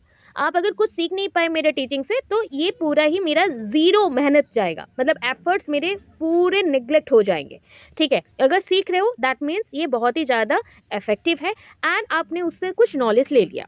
अच्छा, नेक्स्ट क्या था, ब्रॉडर सेंस में यूज़ होता है, टीचिंग ब्रॉडर सेंस में यूज़ होता है। इसके 3 डोमेन्स हैं, कल के पॉइंट में भी बताया था, क्लास में भी 3 डोमेन्स हैं। देखो, कॉग्निटिव, एफेक्टिव, साइकोमोटर, शॉर्टकट कर दिया है। ये ब्लूम्स टेक्सोनॉमी का पॉइंट है, ब्लूम्स टेक्सोनॉमी। मैं टर्म्स बोलते जा रही हूँ, लिखते जाना कहीं पे भी। ब्लूम्स टेक्सोनॉमी क्या दिया था, इंस्ट्रक्शनल ऑब्जेक्टिव्स, इंस्ट्रक्शनल ऑब्जेक्टिव्स, ठीक है, इंस्ट्रक्शनल ऑब्जेक्टिव्स। और क्या दिया था बताओ, इसको और भी बोला जाता है एजुकेशनल ऑब्जेक्टिव्स, एजुकेशनल ऑब्जेक्टिव्स। और क्या बोल सकते हैं बताओ, taxonomy, taxonomy, taxonomy means arrangement, arrangement, ठीक है, अरेंजमेंट करना, किसका, नॉलेज का अरेंजमेंट करना, कौन से ऑब्जेक्टिव किसके बाद लोगे। आप जो इंस्ट्रक्शंस देते हो बच्चों को, वो स्टार्टिंग करते हैं अंडरस्टैंड करने से, पहले समझेंगे तब जाके फील करेंगे, फील करने के बाद उसको परफॉर्म करेंगे। ये 3 चीज़ है, पहले समझो, फील करो, परफॉर्म करो। उसी को 3 डोमेन में इन्होंने लिखा एंड ये चिकागो यूनिवर्सिटी के प्रोफेसर थे। एंड ये पॉइंट है, पहला पॉइंट उन्होंने दिया कॉग्निटिव, कॉग्निटिव को सी लिख सकते हो, effective that is a, psychomotor का पी। तो मैं बोलती हूँ इसको कैप डोमेन, याद रखने के लिए। कॉग्निटिव क्या करता है, टू नो, ज्ञान लेना, नॉलेज लेना, टू नो और नोइंग समथिंग। इफेक्टिव, फील करना, फील करना, ठीक है, प्रभावित हो गया ना आप नॉलेज से तो आप फील करोगे। साइकोमोटर, टू डू, कुछ करके दिखाना, टू डू, कुछ परफॉर्म करके दिखाना, टू डू, ठीक है। ये 3 चीज़ अगर हो जाता है कंप्लीट, इसके पॉइंट कहाँ पे आए देखो, ये पॉइंट है, ठीक है। Combinedly help for all type of activities, ठीक है, ये तीनों मिलके आपको हर टाइप का काम करने के लिए आपको हेल्प करता है, कोई भी एक्टिविटीज़ को परफॉर्म करने में हेल्प करता है। अभी जो आप मेरे पॉइंट्स को समझ रहे हैं, ये कॉग्निटिव डोमेन चल रहा है। देखो मैं कुछ परफॉर्म कर रही हूँ, बताओ अभी कौन सा डोमेन चल रहा है, मैं परफॉर्म कर रही हूँ, मैं परफॉर्म कर रही हूँ, विच वन, मेरा अंडरस्टैंडिंग खत्म नहीं हुआ है, अंडरस्टैंडिंग कंप्लीट हो चुका है एंड मैं फील भी कर चुकी हूँ। देखो मैंने हिंट दे दिया, क्या हो जाएगा फटाफट,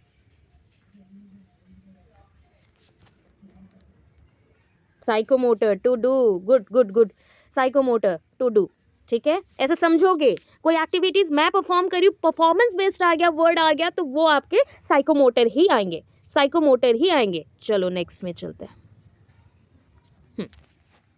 फिर आ जाओ, देखो क्या है, देखो एक पॉइंट यहाँ कंप्लीट हुआ, इधर आते हैं।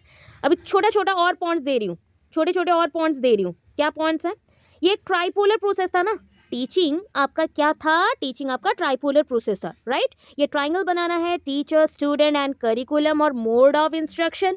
तो उस बेसिस में ये ट्राइपोलर प्रोसेस है, 3 पोल है इसके पास एंड इसका कंसेप्ट किसने दिया, जॉन डीवे ने, DEWEY, जॉन डीवे, ठीक है। बाइपोलर प्रोसेस को किसने दिया, एडम्स ने, ADAMS, एडम्स ने। बाइपोलर प्रोसेस मतलब 2 पोल्स हैं, T and S मतलब टीचर एंड स्टूडेंट, ठीक है। एंड डायरेक्शन किधर से किधर जाएगा, teacher to student, teacher to student, so that it is a bipolar process, not a unipolar process. अगर मैं बोलूं यहाँ पे बाइपोल की जगह पे कम्युनिकेशन बोलते, सिंगल 1 वे कम्युनिकेशन होता। अगर 1 वे कम्युनिकेशन है, 1 वे कम्युनिकेशन है, देन टीचर टू एंगल देखो ऐसा होता। अगर 2 वे कम्युनिकेशन है तो ऐसा होगा, 2 वे कम्युनिकेशन, 2 वे कम्युनिकेशन, ठीक है। इतने पॉइंट्स हैं। नेक्स्ट चलो आगे, अब हम देखेंगे लेवल्स में जाएंगे, ठीक है, लेवल्स में जाएंगे। लेवल्स क्या है, देखो there are 3 levels in teaching, there are 3 levels, ठीक है, फटाफट सुनते जाओ। There are 3 levels, level 1, level 2, level 3, ठीक है। Level 1, level 2, level 3। लेवल क्या है, देखो फर्स्ट लेवल है मेमोरी लेवल। क्या बोला, मेमोरी लेवल, पहले चीज़ों को याद रखते हो, छोटे बच्चे चीज़ों को समझना उनका कैपेसिटी कम रहता है, समझने का कैपेसिटी, सो दैट वो मेमोराइज कर लेते हैं, याद रख लेते हैं, लर्न कर लेते हैं, तो that is called memory level. Memory level को किसने डिस्कवर किया? हर्बर्ट ने, HERBERT, हर्बर्ट ने, ठीक है, हर्बर्ट ने डिस्कवर किया। एंड यहाँ पे क्या है ना, टीचर एंड स्टूडेंट दोनों रहेंगे। टीचर क्या है? एक्टिव है, टीचर एक्टिव रहेंगे। बचपन में क्या होता था, स्टूडेंट्स क्या करते थे, टीचर एक्टिव है, टीचर जो बोलते थे उसको हम रिपीट करते थे बस। तो student passive, teacher active. Teacher का परसेंटेज देखे तो 100%, स्टूडेंट का अभी चल रहा है 0। ये कौन से क्लास में हो जाता है? क्लास ऑलमोस्ट 1 to 3 क्लास तक पकड़ सकते हो, ठीक। अभी अंडरस्टैंडिंग लेवल देखो, अंडरस्टैंडिंग मतलब समझ रहे हो, समझना ही होता है, समझ रहे हो मतलब समझ रहे हो, ठीक है, समझना होता है। तो as for active, active to understanding, मतलब यहाँ पे देखो एक्टिव रहेगा बच्चा अंडरस्टैंड करने के लिए, एक्टिव रहेगा स्टूडेंट अंडरस्टैंड करने के लिए, चीज़ों को समझने के लिए। एक्टिव रहेगा बच्चा चीज़ों को समझने के लिए, अंडरस्टैंड करने के लिए। दैट मीन्स टीचर का काम क्या हो गया? हाफ हो गया, रिड्यूस हो गया, ठीक है। अभी टीचर को ज़्यादा मेहनत नहीं करना पड़ेगा, थोड़ा सा कम हो गया। जैसे प्राइमरी लेवल के 1 to 3 क्लास में करना पड़ता था, वैसा आपको और नहीं करना पड़ेगा। 4 to 6 क्लास के लिए ले सकते हो 4 to 6, और 4 to 7 और 5 to 7 क्लास को यहाँ पे रख सकते हो, ठीक है। इसका कोई डेफिनेट क्लासेस मेंशन नहीं रहता है, बस समझने के अकॉर्डिंग मैं एग्जाम्पल्स देती हूँ, तो उस अकॉर्डिंग याद रखना। स्टूडेंट्स धीरे धीरे एक्टिव हो रहे हैं चीज़ों को समझने के लिए, एंड टीचर का काम यहाँ पे रिड्यूस हो रहा है, तो टीचर यहाँ पे 50% में आ गया। अभी देखो next, reflective level. Reflective level को किसने डिस्कवर किया? That is the Morrison. Morrison ने डिस्कवर किया। तो मॉरिसन के according students active, students are very active and teachers are 0, मतलब teachers work are 0, teachers are not active. मतलब यहाँ पे टीचर्स एक्टिव ना रहे तो चलेगा, स्टूडेंट्स को नीड है कि वो एक्टिव रहेंगे। क्लास हायर में चले जाओ, क्लास 8 to 12 +3, अभी हम लोग जिस लेवल में हैं वो रिफ्लेक्टिव है। तो कुछ भी हिंट दे दो हम क्विकली पकड़ लेते हैं, रिसीव करने के बाद उसको प्रोड्यूस कर सकते हैं, ठीक। तो there are 3 levels, memory level, understanding level, reflective level, ठीक है। मेमोरी लेवल किसने डिस्कवर किया? हर्बर्ट ने। एंड रिफ्लेक्टिव लेवल मॉरिसन ने। अंडरस्टैंडिंग लेवल का अभी तक कंट्रोवर्सी में है, तो यहाँ पे कोई भी एजुकेशनिस्ट का नाम मेंशन नहीं हुआ कि कौन डिस्कवर किया हुआ है, ठीक है। देन देखो वेरिएबल्स आते हैं, आपके 3 वेरिएबल्स हैं, पता है, वेराइटीज़, मतलब यहाँ पे वेराइटीज़ नहीं बोलेंगे, हम बोलेंगे एजुकेशन सिस्टम में 3 एलिमेंट्स होते हैं जिसके थ्रू एजुकेशन चलता है, एजुकेशन सिस्टम चल रहा है, ठीक है। पहला क्या है? Dependent variable.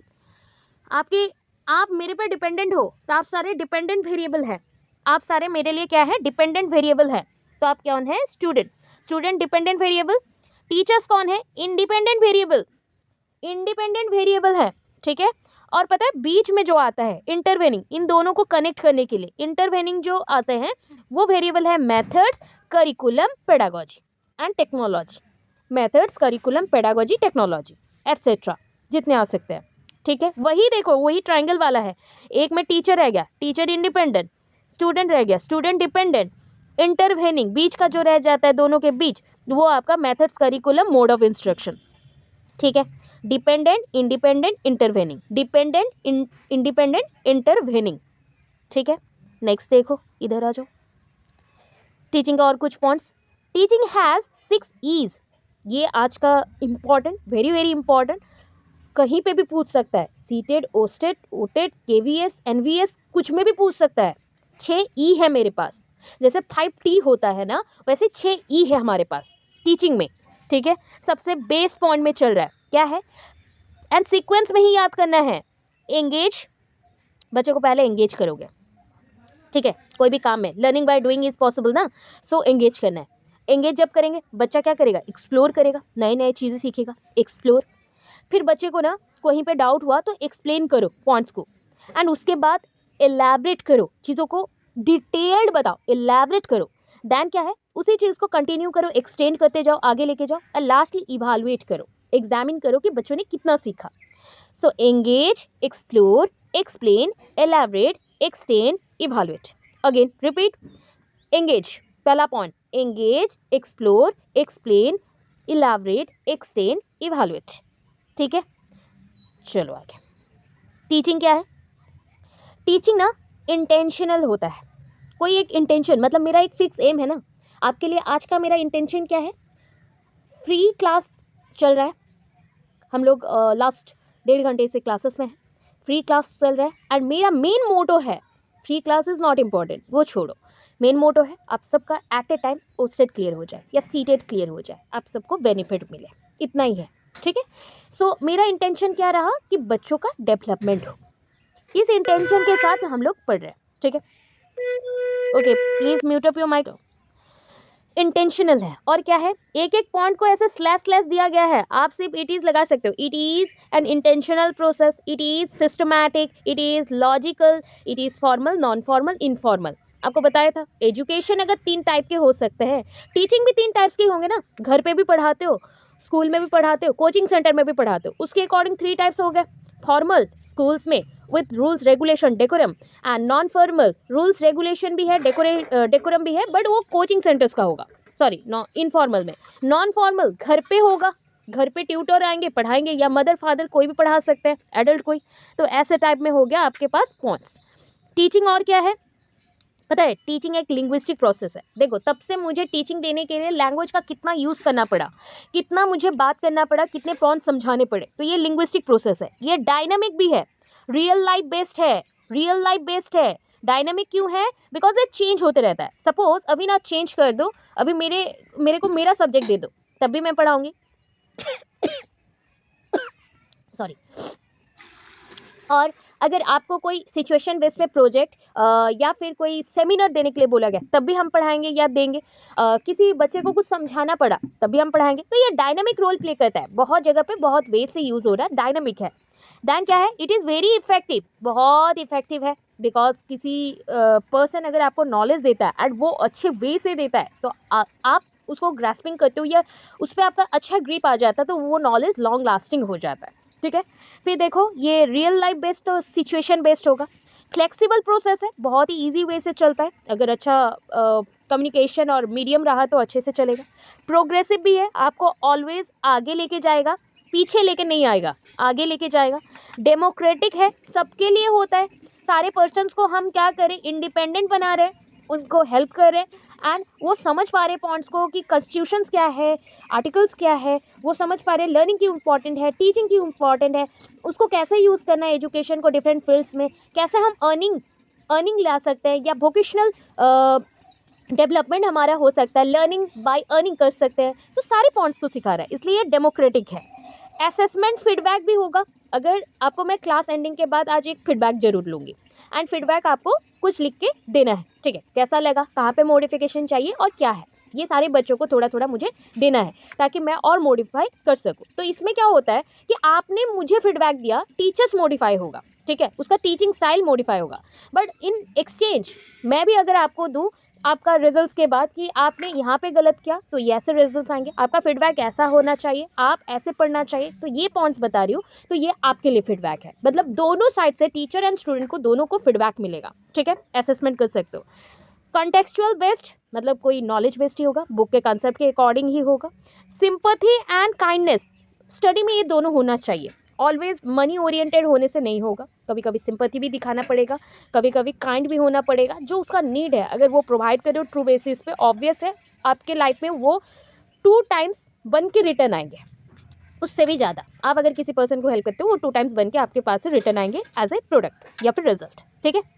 सो लास्ट में बोलती हूँ कि बच्चों का ऑल राउंड डेवलपमेंट भी इसी से ही पॉसिबल हो रहा है, ठीक है। इसके कुछ ऑब्जेक्टिव्स क्या है, आपको अगर टीचिंग कर लिया, मतलब टीचिंग के थ्रू नॉलेज दे दिया किसी बच्चे को एंड वो लर्न कर रहा है, उसके थ्रू एडेप्टेशन कर सकता है, चीज़ों को अरेंज करना सिखा सकता है, कैटेगराइजेशन में एसिमिलेट करना सीख सकता है, वेल नॉलेज कैसे लेना है वो सीख सकता है, इंटरैक्शन कैसे होता है वो भी सीख सकता है, एकोमोडेशन कैसे होंगे, मतलब अगर ओल्ड नॉलेज को हटा के न्यू आइडियाज़ को रखना है एज पर द सिचुएशन, वो भी पॉसिबल होगा। ग्रोथ ऑफ अर्निंग, अभी बोला था ना, growth of earning, growth of knowledge भी होगा, ग्रोथ ऑफ अर्निंग भी होगा, लिविंग भी होगा, ठीक है, मतलब ऑल राउंड डेवलपमेंट पॉसिबल होता है आपके लर्निंग टीचिंग से। टीचिंग जो दे रहा है उसका भी कुछ ना कुछ बेनिफिट होता है, जो लर्निंग ले रहा है उसका भी बेनिफिट होता है, जो लर्नर से उनका ज़्यादा बेनिफिट होता है, टीचिंग जो दे रहा है उसको प्रैक्टिस और एक्सपीरियंस मिलता है, और ज़्यादा आगे बढ़ने को उनको एक्सपीरियंस मिलता है, इतना ही पॉइंट है। अभी देखो टाइप्स ऑफ टीचिंग, ठीक है, टाइप्स ऑफ टीचिंग, क्या इतना समझ आया? मैं बस पढ़ाते जाऊंगी, आपको समझ नहीं आया तो बहुत प्रॉब्लम है। समझ आया? समझ आया कि नहीं बताओ? Yes ma'am. यस मैम, कोई नहीं, और 20 मिनट्स, ठीक है। उस 20 मिनट्स के बाद हम इधर लीव करेंगे, ठीक है। अगेन हम लोग अभी कंटिन्यू रहेगा, 1-2 दिन के क्लास में ये कंटिन्यू रहेगा, जो जो पॉइंट्स बाकी है 1-2 दिन के क्लास में कंटिन्यू रहेगा। देखो इतना पढ़ाई है कि ऑब्वियस है, ऑलमोस्ट 1 महीना 2 महीना ऐसा लिया जाता है टाइम, वो 1-2 दिन में नहीं हो सकता। और 1-2 दिन में दोगे तो बहुत भास्ट थिंग जाएगा, जो कि रिमेंबर करने के लिए कैपेसिटी चाहिए, उतना कैपेसिटी चाहिए। तो आज और 20 मिनट पढ़ो, रेस्ट लो, नेक्स्ट कल के क्लास में कंटिन्यू करेंगे, ठीक है। ये सारे टॉपिक्स आपके बुक्स में भी है, तो जब आपका बुक्स में ये टॉपिक्स आएंगे मैं थोड़ा सा उसको स्किप करूँगी, ठीक, क्योंकि उसमें समझ चुके हो तो क्विकली आप पढ़ सकते हो। सेमेस्टर फर्स्ट में होगा, हाँ होगा, मई, अच्छा 1 मई में होगा, हाँ 1 मई में होने के चांसेस हैं। आ गया है क्या शेड्यूल? सर शेड्यूल आया है क्या?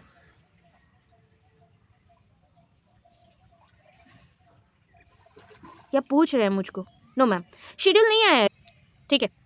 चलो टाइप्स ऑफ टीचिंग में देखो, on the basis of governance कैसे टीचिंग होता है, उस बेसिस पे आपको 3 टाइप्स में दे रही हूँ, ठीक है। टीचिंग के 3 टाइप्स होते हैं, एंड ये पहले ना मेरे टाइम में सीटेट में आया हुआ था। क्या है पहला पॉइंट देखो, ऑटोक्रेटिक। ऑटोक्रेटिक क्या होता है? जो टीचर सेंटर्ड होता है, टीचर अपने हिसाब से पढ़ाते जाएंगे, ठीक है। टीचर अपने हिसाब से अपने मेथड्स को चूज करके बच्चों को पढ़ाते जाएंगे, ये टीचर्स के ऊपर डिपेंड करता है क्या पढ़ाएंगे क्या नहीं पढ़ाएंगे, वो टीचर सेंटर्ड है, ठीक है। अगर डेमोक्रेटिक हुआ तो सारे बच्चों के लिए होगा, बच्चों के लिए, लर्नर्स के लिए होगा, तो लर्नर सेंटर्ड है, वो लर्नर सेंटर्ड है, ठीक है। Autocratic teacher centred, democratic learner centred, no interference, मतलब टीचर स्टूडेंट का कोई कनेक्शन नहीं है, students are free to study, students को फ्रीडम दे दिया गया कि अपने आप पढ़ सकते हो, कुछ भी पढ़ सकते हो, अपना स्टडी अपने आप संभाल सकते हो। That is teacher to student कोई कनेक्शन नहीं है, नो कनेक्शन, नो इंटरफेरेंस, ठीक है। चलो अब देखो, ब्लूम्स टेक्सोनॉमी बोला था ना, ब्लूम्स टेक्सोनॉमी, सो कुछ नहीं, इतना ज़्यादा नहीं, थोड़ा थोड़ा करके ये मैं बता दे रही हूँ फटाफट से, ठीक है। रिमेंबर करना है, रिमेंबर करने के लिए शॉर्टकट्स दूंगी, कोई बात नहीं। देखो टेक्सोनॉमी ऑफ एजुकेशनल ऑब्जेक्टिव्स और इंस्ट्रक्शनल ऑब्जेक्टिव्स या फिर ब्लूम्स टेक्सोनॉमी, 3 चीज़ सेम ही है, ठीक है। ब्लूम्स टेक्सोनॉमी में पहला पॉइंट आया कॉग्निटिव डोमेन का, पता है ये ओल्ड वाला है, ब्लूम्स टेक्सोनॉमी ओल्ड वाला था, रिवाइज्ड हो गया 2001 में एंडरसन के थ्रू, एंडरसन के थ्रू, ठीक है। क्या टर्म है इसको पता है आपके पेडागोजी में, सारे बच्चों को बोल रही हूँ, सारे बच्चों का पेडागोजी में ये एक लॉन्ग क्वेश्चन है, ठीक है, दोनों पेपर के लिए, सोचो कितना इंपॉर्टेंट चीज़ होगा ब्लूम्स टेक्सोनॉमी, ठीक है। बट अभी के लिए याद इतना रखना है कि आपका जो पॉइंट्स आता है ना सिर्फ कॉग्निटिव डोमेन से ज़्यादा आता है, ठीक है, इफेक्टिव एंड साइकोमोटर से कम आता है।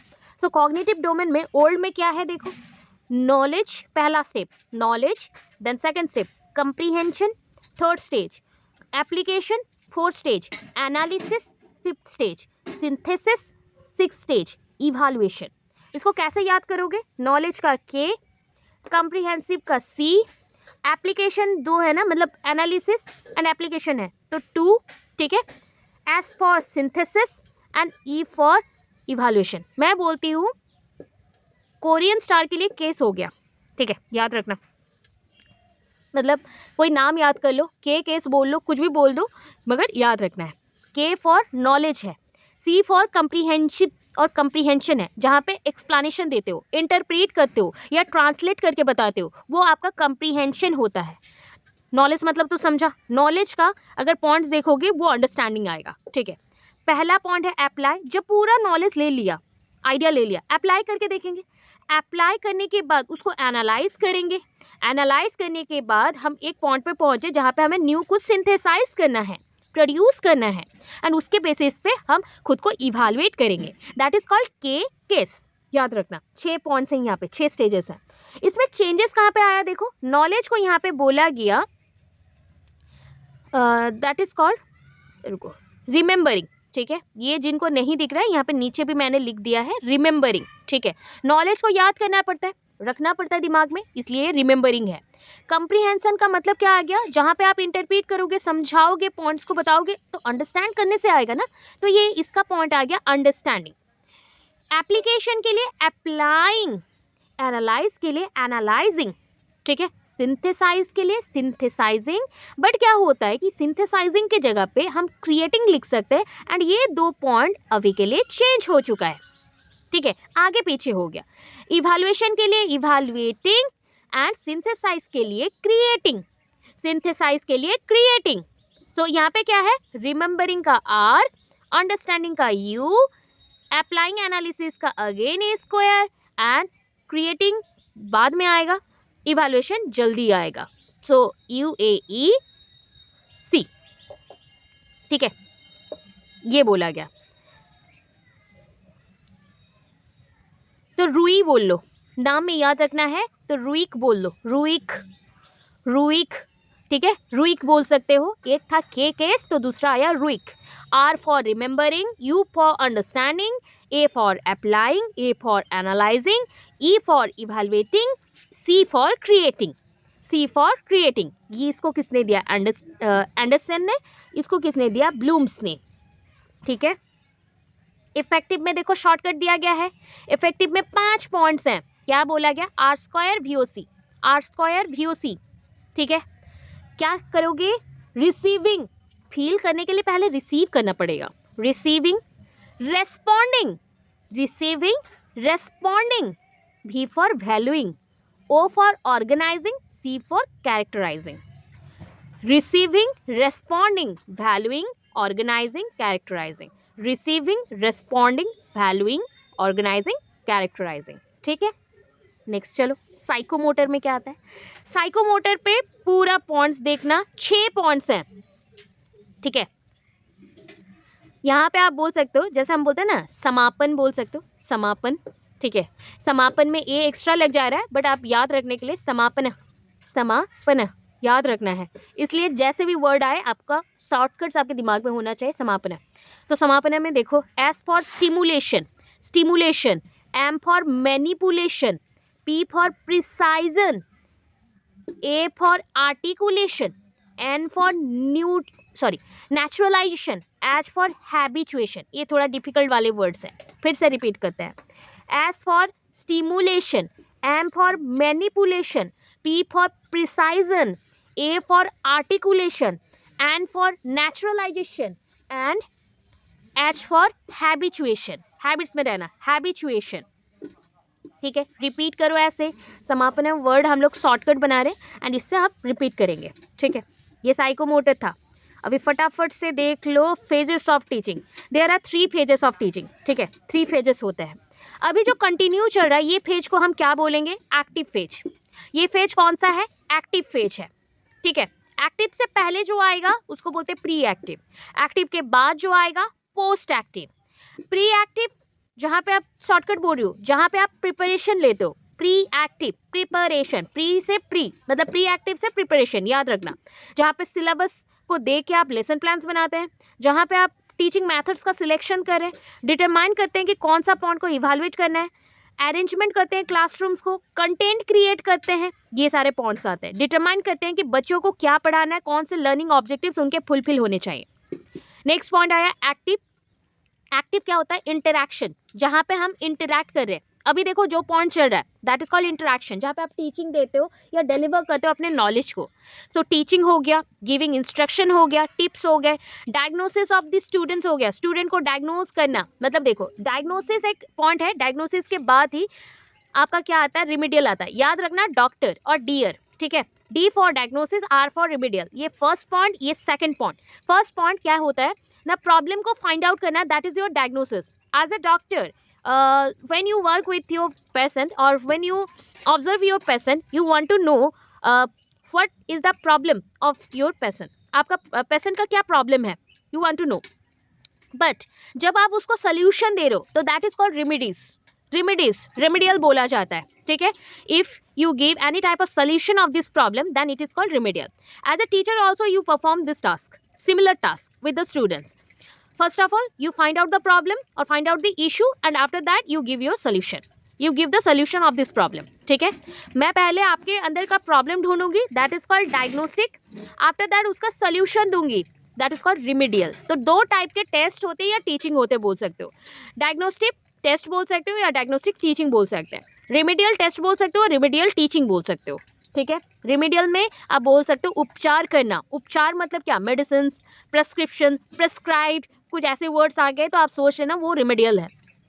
And presentation of stimuli, stimuli को प्रेजेंट करते हैं। अभी मैं क्या कर रही हूँ आपके लिए, मेरी इन्फॉर्मेशन स्टिमुली है, मैं इन्फॉर्मेशन दे रही हूँ आपको, प्रोवाइड कर रही हूँ जितने अमाउंट का हो सके। Next post active, post active में फीडबैक प्रोसेस है, examination, evaluation, reinforcement is called reward, decision making, behaviour modification and achievement of the learners objectives, जितने भी लर्निंग ऑब्जेक्टिव्स बच्चों के फुलफिल हुए। ये फेजेस ऑफ टीचिंग है। आपको पता है आज कितने लॉन्ग क्वेश्चंस यहाँ के अंदर कंप्लीट हुआ है? मोस्ट प्रोबाबली 6-7 क्वेश्चंस अभी तक हम लोग कंप्लीट कर लिया है। किसी भी वे से पढ़ लो 6-7 क्वेश्चंस कंप्लीट होंगे, ठीक है। कुरुक्षेत्र बच्चों को तो बोल दे रही हूँ कि थर्ड पेपर के लिए ये फर्स्ट यूनिट का 1-2 क्वेश्चंस एंड सेकेंड नहीं, थर्ड यूनिट का टीचिंग का देखना 3 लॉन्ग क्वेश्चंस कंप्लीट हो चुके हैं, तो उसको पढ़ते चलो, वो सब पढ़ते चलो, आपको बेनिफिट मिलेंगे, ठीक है। एंड सेकेंड सेमिस्टर में ये सब कुछ है ANU एंड YVU स्टूडेंट्स के लिए। सेकंड सेमेस्टर दूर नहीं है, फर्स्ट सेमेस्टर जैसे कंप्लीट हो जाएगा उसके 2 to 3 मंथ्स के विद इन, सोच लेना दुर्गा पूजा खत्म हुआ आपका सेकंड सेमेस्टर एग्जाम आ जाएगा, ठीक है। ऐसा ही सिस्टम है, या फिर दुर्गा पूजा से पहले भी हो सकता है, ऐसा पॉइंट्स है। तो हमारे पास टाइम कम रहेंगे, तो मैं अभी भी बता रही हूँ, इसको अच्छे से नोट डाउन करके रखोगे। नेक्स्ट पॉइंट, अभी फैक्टर्स देखना है। फैक्टर्स है बहुत टाइप्स के हैं। अगर स्टूडेंट्स के अकॉर्डिंग फैक्टर्स देखोगे क्या क्या इफेक्ट कर सकता है स्टूडेंट्स को, उनका मैच्योरिटी, सबका मैच्योरेशन पॉइंट सेम नहीं होता, डिफरेंट होता है। Physical and mental health obvious है। अगर ना आपके अंदर अभी कोई बच्चा भी डिस्टर्ब्ड है, मैं जितना भी पढ़ा लूँ उसके दिमाग में नहीं घुसेगा, वो रिपीट करने को बोलेगा या फिर उसको पॉइंट नहीं समझ आएगा, इजी पॉइंट्स में वो वीक पड़ता जाएगा, तो that is called mental health condition. अगर अच्छा नहीं हुआ तो प्रॉब्लम है, अगर अच्छा हुआ तो क्विकली जितना मैं बोलूँ उतना आप रिसीव कर सकते हो। अगर आपका तबीयत भी ठीक नहीं है, आप जितना पढ़ लो आपको याद कम ही रहेगा। आपका तबीयत जब ठीक रहता है तो क्विकली आप रिस्पॉन्स देते हो और रिसीव भी करते हो, ठीक है। इंटरेस्ट के अकॉर्डिंग भी बहुत पॉइंट्स आते हैं। एबिलिटी, विलिंगनेस, ठीक है। रिलेटेड टू टीचर्स का पर्सनालिटी बहुत इंपॉर्टेंट करता है। इफ टीचर्स का डेडिकेशन नहीं है तो वो नहीं पढ़ा सकता। Proper dedication, dynamic and teachers का जो पर्सनालिटी है वो बहुत ही अच्छा होना चाहिए, सो दैट वो आपको अच्छे से डिलीवर कर सके। ईच एंड एवरी पॉइंट उसका बहुत वैल्यूएबल होता है। तो पर्सनालिटी बहुत इंपॉर्टेंट होता है when you try to make something unique. So first of all you change your personality first, because your personality reflect everything. आपका पर्सनालिटी रिफ्लेक्ट करता है हर एक चीज़ को। तो जितना बेटर पर्सनालिटी, मैं चेहरा नहीं बोल रही हूँ, फेस नहीं बोल रही हूँ, face value is different, important is the person का वैल्यू कितना है उसको मॉडिफाई करना पड़ेगा। पर्सनालिटी, आपके एबिलिटीज को चेंज करना पड़ेगा। Any problem? No ma'am, exactly you are saying exactly. Okay, ठीक। Next point is the knowledge.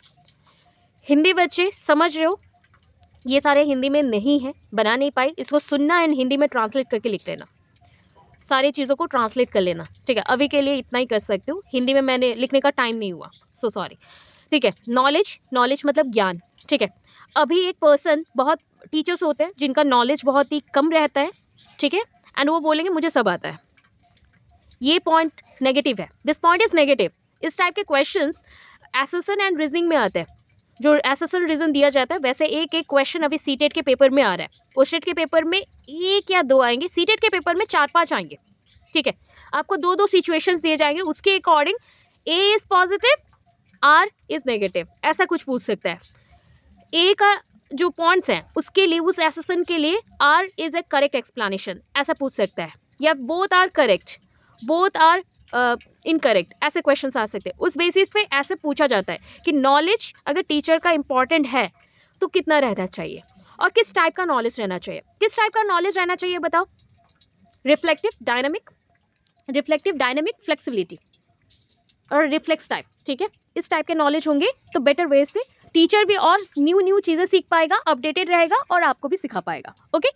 Next, third point is the communication. Teachers का कम्युनिकेशन पॉइंट और कम्युनिकेशन स्किल हाई होना चाहिए। It is very important for a teacher, because when he और she delivers her point or his point to the students, maybe this point is very difficult, but your communication skill make it very soft or make it very simple. उसको बहुत ही easy कर देता है। अगर communication skill नहीं आता है, communication doesn't mean कि एक लैंग्वेज को सीख लेना एंड उसी में बात करना। कम्युनिकेशन का मतलब होता है प्रॉपर वे से एग्जीक्यूट करना, पॉइंट्स आप तक पहुंचना चाहिए, ठीक है। And behaviour is important. वो बिहेवियर पॉजिटिव ही होना चाहिए, नेगेटिव हुआ तो आप लोग बहुत परेशान होते हैं। मतलब आप सबके बिहेवियर को मैं बोल रही हूँ कि कभी भी बच्चों के लिए सिंपैथी और काइंडनेस छोड़ के और कुछ मत रखना। अगर कोई एक बच्चा नेगेटिव पॉइंट पे जा रहा है तो 3 वे से आप उसको करेक्ट कर सकते हो। एक होता है सपोर्टिव, एक होता है करेक्टिव, एक होता है प्रिकॉशन बेस्ड, ठीक है। करेक्टिव बोला गया तो आप समझ पा रहे हो, करेक्शन। प्रिकॉशन बेस्ड, जैसे बच्चा कुछ गलत ना कर दे उससे पहले उसके एक्टिविटीज़ को समझ के, उसके माइंड को रीड करके आप उसको कुछ मॉडिफाई कर दो। सपोर्टिव, पहले बच्चे को बोलो तुम्हारे अंदर कुछ प्रॉब्लम नहीं है, वो सपोर्ट हो गया उसके लिए। उसके बाद देखना वो खुद ही ओपन हो जाएगा एंड जहाँ पे आप प्रॉब्लम्स को सॉल्व कर सकते हो। तो ये 3 वे से किसी भी प्रॉब्लम्स को सॉल्व कर सकते हो। ये आपका बिहेवियर में आना चाहिए सो दैट आप बच्चों में ये डाल सकते हो, ठीक है। रिलेटेड टू एनवायरमेंट देखो क्या क्या होना चाहिए। ऑब्वियस है natural environment, we need natural environment, प्राकृतिक पर्यावरण चाहिए हमें। मैम एक न्यू अटेंडेंट से please approve him, Naveen Kumar, okay. मतलब डिपेंड करता है एनवायरमेंट के ऊपर, मतलब सोसाइटी के ऊपर। तो society decide everything, your gender, your behaviour, your gender related behaviour and constituency in that. Constituency मतलब कॉन्स्टेंट हो जाना। आप अभी एक बॉय हो, सो बॉय के अकॉर्डिंग जो भी रिस्पॉन्सिबिलिटीज़ है उसको आप क्या करते हो, ओवरलुक करते हो, या फिर अब उसको रिस्पॉन्सिबिलिटीज़ को लेते हो। गर्ल के अकॉर्डिंग गर्ल को लेना पड़ता है। तो ये चीज़ को हटाना है। As a teacher you cannot discriminate anyone on the basis of gender और कास्ट और क्रीड। उसके सेक्स के बेसिस पे, जेंडर के बेसिस पे आप डिस्क्रिमिनेट नहीं कर सकते हो। And if you discriminate them then it is called gender biasness, ठीक है। शॉर्टकट बोल दे रही हूँ, इसको क्या बोलते हैं, जेंडर बायसनेस, ठीक है। जेंडर बायसनेस मतलब बायस्ड हो गया वहाँ पे, हम लोग कन्फ्यूज कर रहे हैं, उन बच्चों के अंदर कन्फ्यूजन्स आएंगे, क्यों ऐसा हमारे साथ बिहेवियर हो रहा है, पार्शियलिटी हो जाता है। तो जेंडर बायसनेस, अगर भेदभाव कर रहे हो तो दैट इज कॉल्ड, भेदभाव is called in English discrimination. Discrimination बोलते हैं हम लोग, डिस्क्रिमिनेट करना, ओके। ये पॉइंट रहा। And time of teaching learning is also important. Related to curriculum कैसा होना चाहिए, नेचर ऑफ सब्जेक्ट मैटर, सबसे इंपॉर्टेंट पॉइंट। आप जो सब्जेक्ट पढ़ रहे हो उसका मैटर इंपॉर्टेंट है, क्या इंफॉर्मेशंस हैं उनमें, क्या कंटेंट है, वो बहुत इंपॉर्टेंट होता है। Difficulty level of this subject matter, some time in some subjects we need more time to study or read, okay. In some cases we need small time or just like time is very short for them। मतलब कुछ subjects के लिए time बहुत ही short होने से भी और उनके लिए शॉर्ट टाइम यूज़ करो तो चलता है, बट कुछ सब्जेक्ट्स के लिए थोड़ा detail analysis, detail understanding and long time of information taking के लिए हमें टाइम का नीड रहता है। बहुत जल्दी चलोगे तो भूल जाओगे सारे चीज़, ठीक है। Organisation of this subject matters को अरेंज करना, सब्जेक्ट मैटर्स को अरेंज करना, that is called the organisation. जब भी लर्न कर रहे हो ना, फर्स्ट ऑफ ऑल उसको कैटेगराइज करना सीखो। So which point is important, which point is less important, more important, less important. After that you make your category.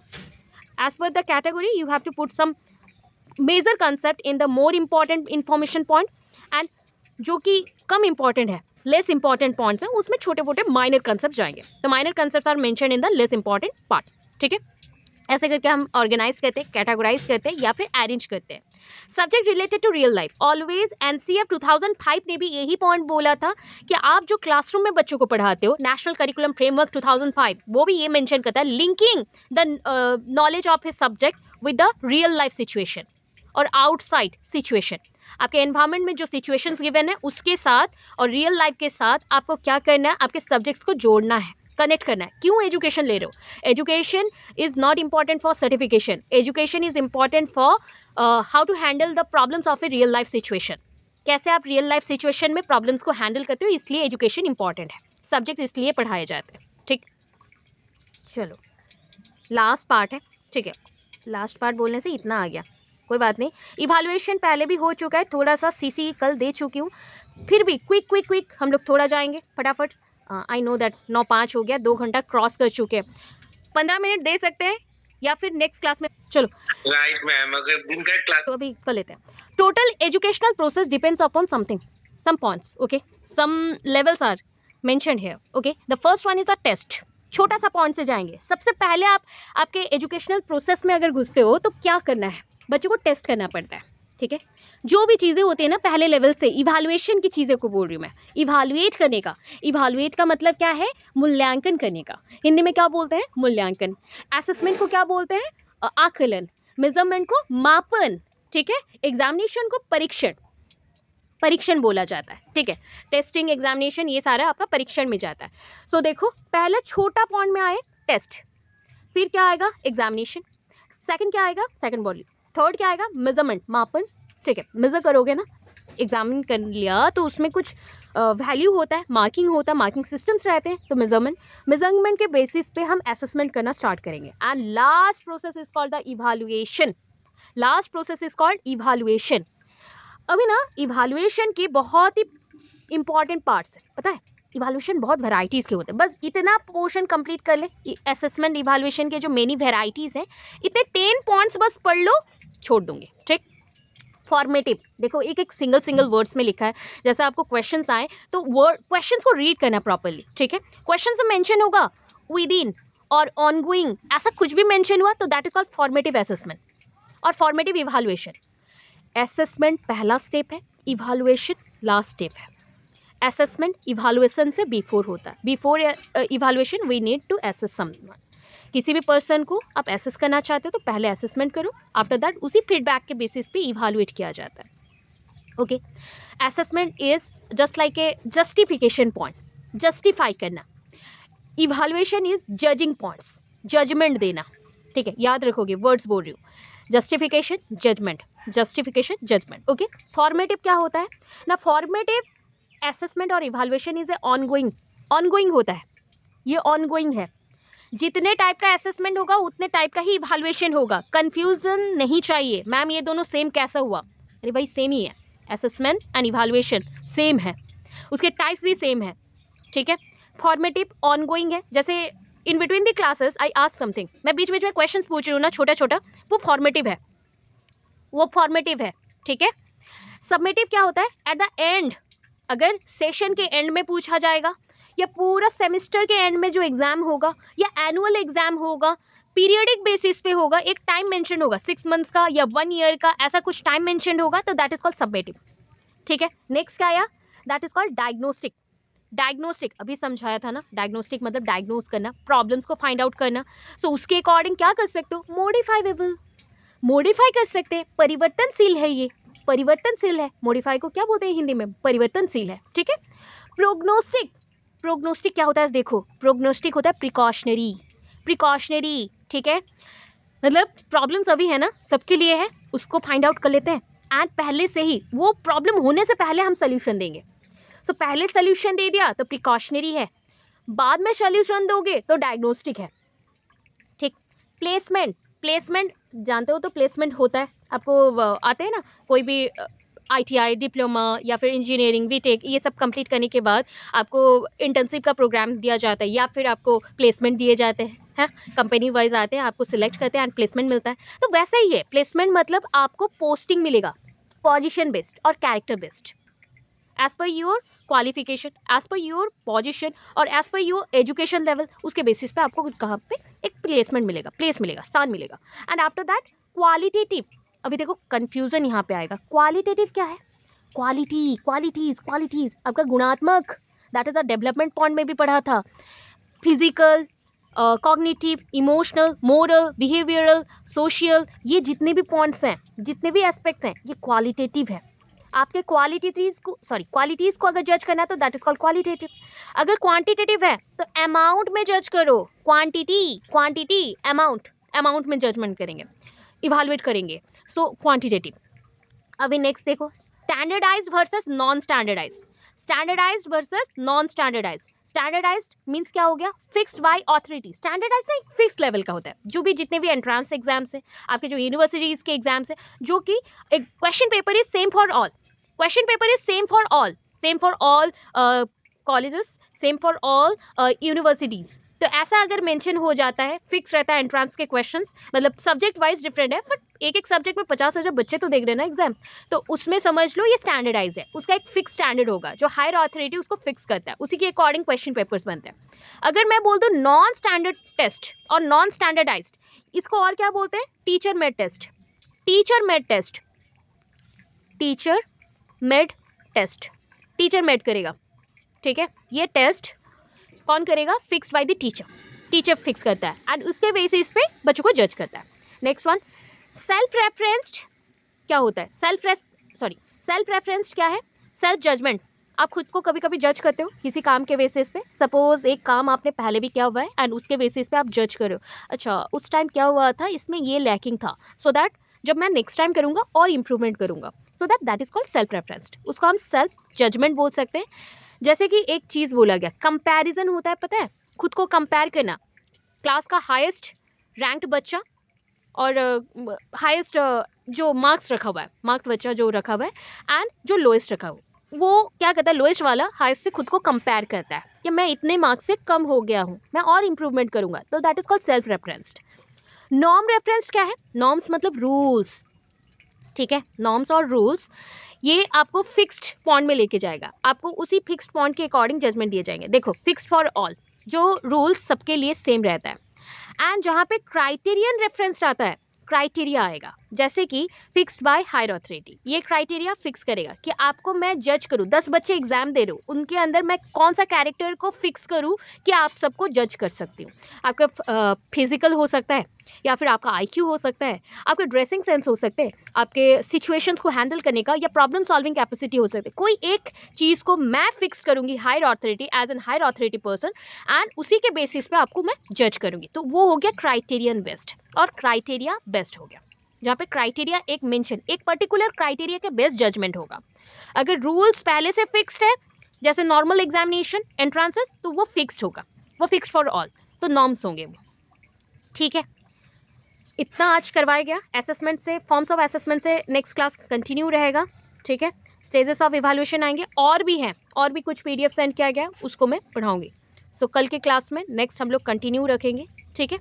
And उस बेसिस पे जो भी और नीड होगा 1-2 दिन में, वो कंप्लीट होने के बाद आपका अगेन हम बैक करेंगे हमारे नॉर्मल पढ़ाई में, ठीक है। इतना समझ आया कि नहीं, बताओ। Thanks for watching my videos. Guys, please subscribe my channel and share with your friends and family.